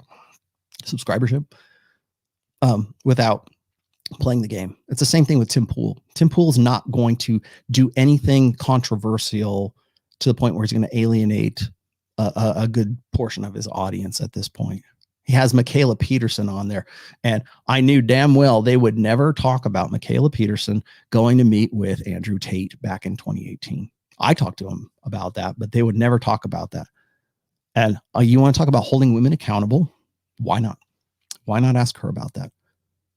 Why not say, hey, Michaela, why is it that you had a husband in Canada and you had a newborn child and you took it upon yourself to fly from Canada all the way to Romania to meet Andrew Tate, kickboxing extraordinaire, Playboy extreme for, I don't know, about a week while you were taking a break from your husband and your infant child and then flew back. Now, Andrew will maintain that he never banged her. He never smashed with her. Oh, I don't know. If that's what he says, then I got to believe him because whatever. I don't have any proof to the opposite, but she still made the trip. She still thought that there was something that was going to happen there. She still made the trip and still took the pictures with them in a black cocktail dress and other, there's actually more than one picture around. They don't hold her accountable. They don't, that never meant, that doesn't even come into the conversation. But I would have liked to know that. I'm probably the only one who remembers that. I'm probably the only one who actually brings that up. I'll bring that up. I would love to have an objective conversation about that, but that's never going to happen. So maybe that's them pandering to the audience. Maybe that's them saying, well, this is what we expect. We can't have our females not loving on Michaela. Let me tell you something about Michaela Peterson. She looks like she's about 14 years old right now, and I think she's pushing 30. She looks like she's about 14. She has that TikTok, fake blonde hair kind of stuff. And I'll tell you, man, that girl is a piece of work. And I would love to dissect that. But then I'd look like an asshole. Mr. E says, Abba and Preach, real man act is simply an act. They aren't about that street life. They don't hold women to account, and they are blue-pilled and moist. And moist. All right. Plus, man, I wish I could go back and get that. Sorry, man. They are blue-pilled and moist. Okay. Scott Summers says Scott Summers, Cyclops. They said, I know who that is. They said F&F are not practicing what they preach. That's what AMP said was their issue with F&F. No, it wasn't. It's not. Because I just showed you the video here. It's not just about what they're practicing, what they preach. It's about them wanting to do a takedown of them. And it's about Fresh and Myron not really handling it well. They should not have attacked Preach's wife. They should not have attacked his country. They should have not called him out. They should not have had that emotional response. I understand that sometimes that's a lesson that you have to learn. But, that's what I said earlier on here. The spankings began with Fresh and Fit. Okay. And they ended with Abba and Preach.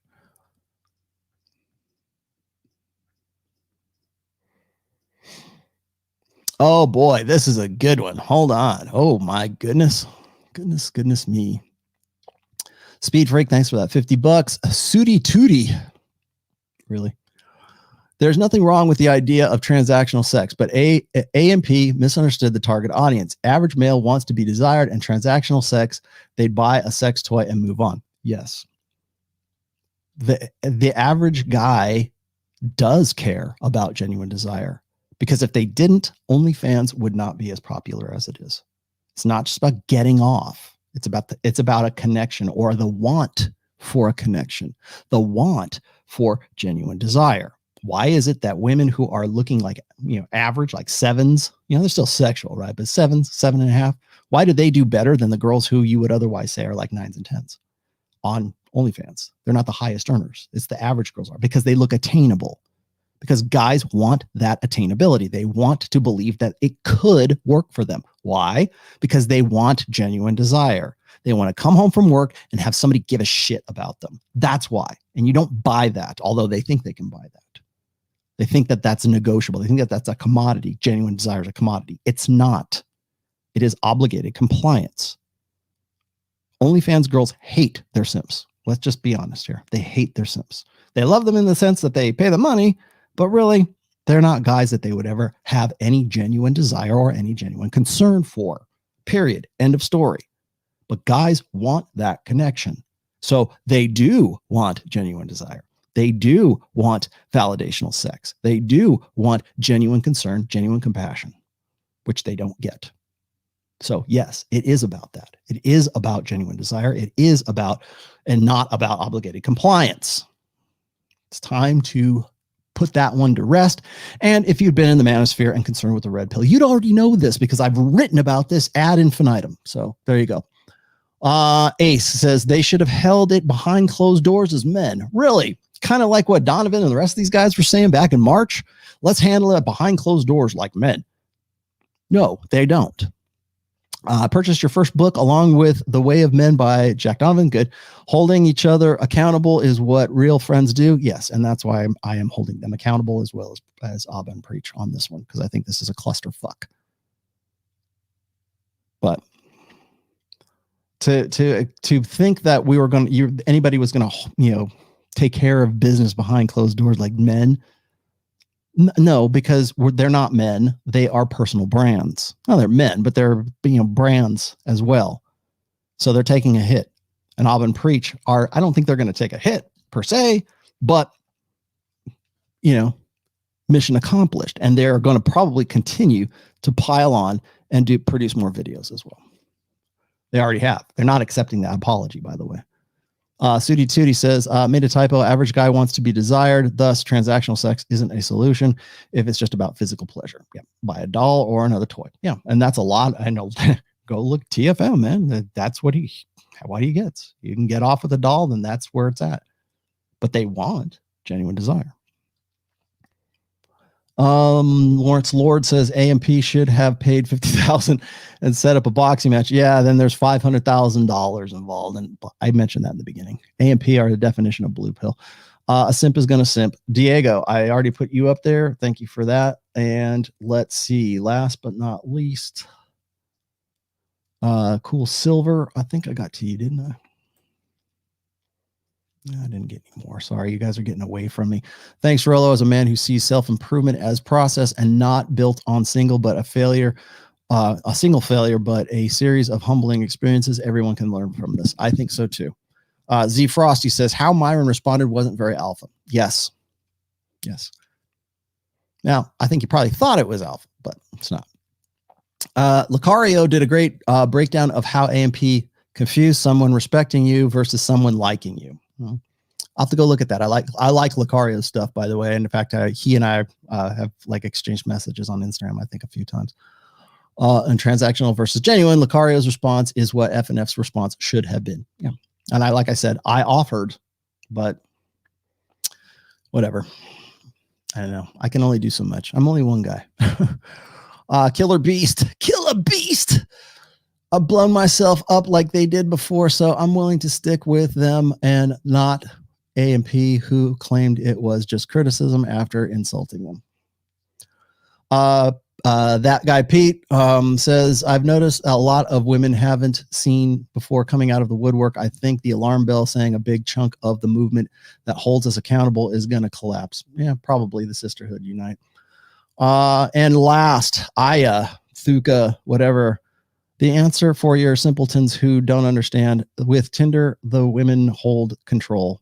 With SA, the high value men have control. Oh, so perhaps that's why people shit on seeking arrangements, because the dominance hierarchy is kind of out in the open in that. Am I right about that? Maybe I'm not. What'd you say? Hello from Berlin. Hello. Got the audiobook and it's life-changing. Thank you. Thank you for your hard work. Perspective, fourth book audiobook will be out in September.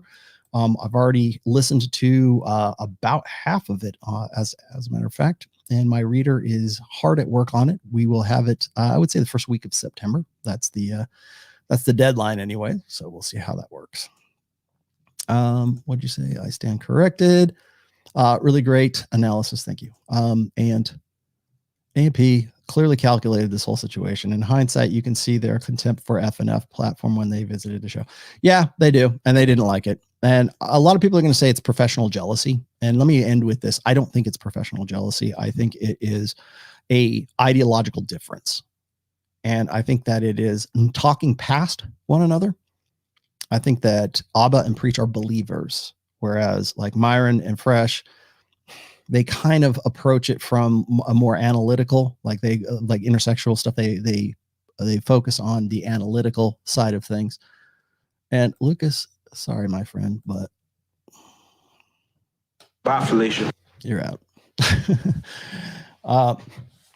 So anyways, I would argue that they're talking past one another. There's this fundamental unbelief or disbelief between the two. Now, this is I mentioned this in my fourth book about how empiricism versus emotionalism tend to not speak the same language. And I think that Myron and certainly Myron and Fresh as well, piling on, but there's now they kind of leaned over they lost the argument when they started speaking in emotional terms. And that's where, and don't give me any more, I'm not going to answer any more super chats, but thank you very much for everybody who has.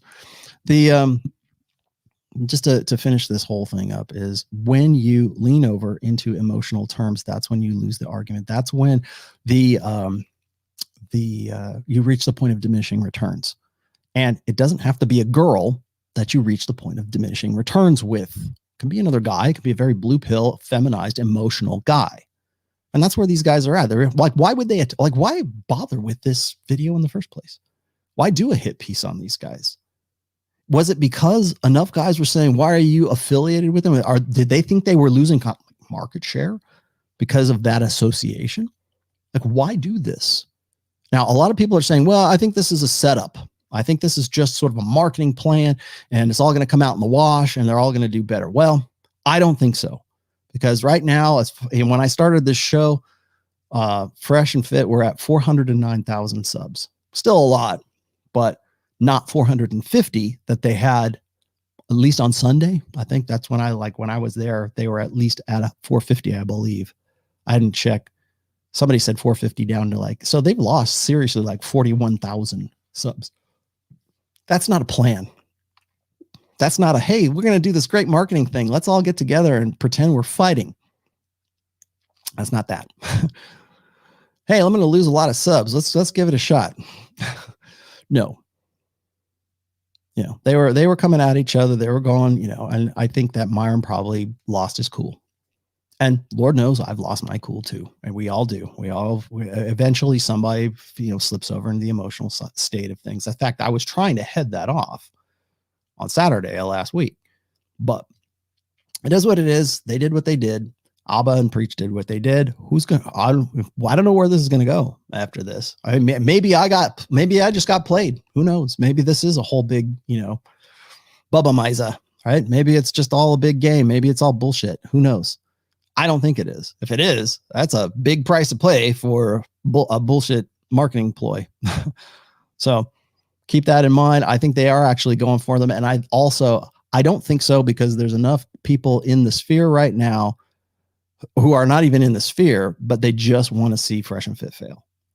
And I think that's kind of tragic, because I think they've been doing some good work, especially now, right? I mean, I just did the rape culture video with them last Friday, and I thought that was very important. I've done statistical shows with them. Every time I've gone on there, I've tried to make it as, value added as I possibly can. And when I go on that show, it's not, I'll go on the after hour shows, of course, but it's not about that. It's about actually, conveying things. And it's actually, I try to make class in session when I do that.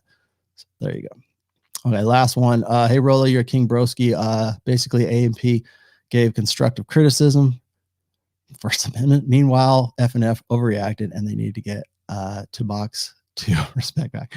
I don't think that's going to happen, but you can prove me wrong. I hope I'm proven wrong. They're not going to box. Who knows what's going to happen? I don't know. They're coming at each other, but this is it's a big Manosphere beef until somebody starts talking shit about somebody's wife. Ask me how I know. It's all just water under the bridge, and we should all bury the hatchet until they start doxing your daughter and trying to get you fired from whatever it is that you're doing. Try to hit your personal brand. Then it's not a beef anymore. That's why I only work with certain people. That's why I only work with people who have integrity. And I still think that Fresh and Myron have a lot of integrity. I think that they just kind of took a hit to it. So there you go. Do you think this hurts or helps the Manosphere? I think it hurts the Manosphere. I don't even really want to call it the Manosphere right now, honestly, because it's been redefined to the point where it's almost irrelevant at this stage. So we'll see. I think it hurts the Manosphere though. So there you have it. That's my story. I'm sticking to it. I will be on Rule Zero on Saturday. I will also, by the way, I am doing my very first Zoom call with my personal counseling for my Patreon people. So I have a new tier on my Patreon. It is a $200 tier. If you want to come into the Zoom calls that I'm having once a month right now, it is only available for Patreon members for now. I might open it up later, but for now it's $200 a month tier. And that will get you in for a 2-hour call. And we all basically talk and you tell me what's on your mind and I'll give you my analysis. So if you want to be involved in that, you got to be a Patreon member. You can find the link in my description down here. So have at it. I will also be on Lawrence Southern on Friday. So that's coming up soon. I will make an announcement about that on my, all my socials, on my Facebook, my Twitter, and my IG. And then Rule Zero, I will be hosting Rule Zero this Saturday on this very channel. And who knows what we're going to talk about. We'll see. So hope this has been educational for you guys. I hope I've cleared the air and somewhat I hate to have to be the one to be sort of like the voice of reason in all this, especially when I have to, get everybody to sort of check themselves. But there it is. I would not be Rollo Tomassi if I didn't. So, all right, guys, I will see you guys Friday for Lawrence Southern. Boy, that's going to be fun. All right, guys, we'll see you later. Bye-bye.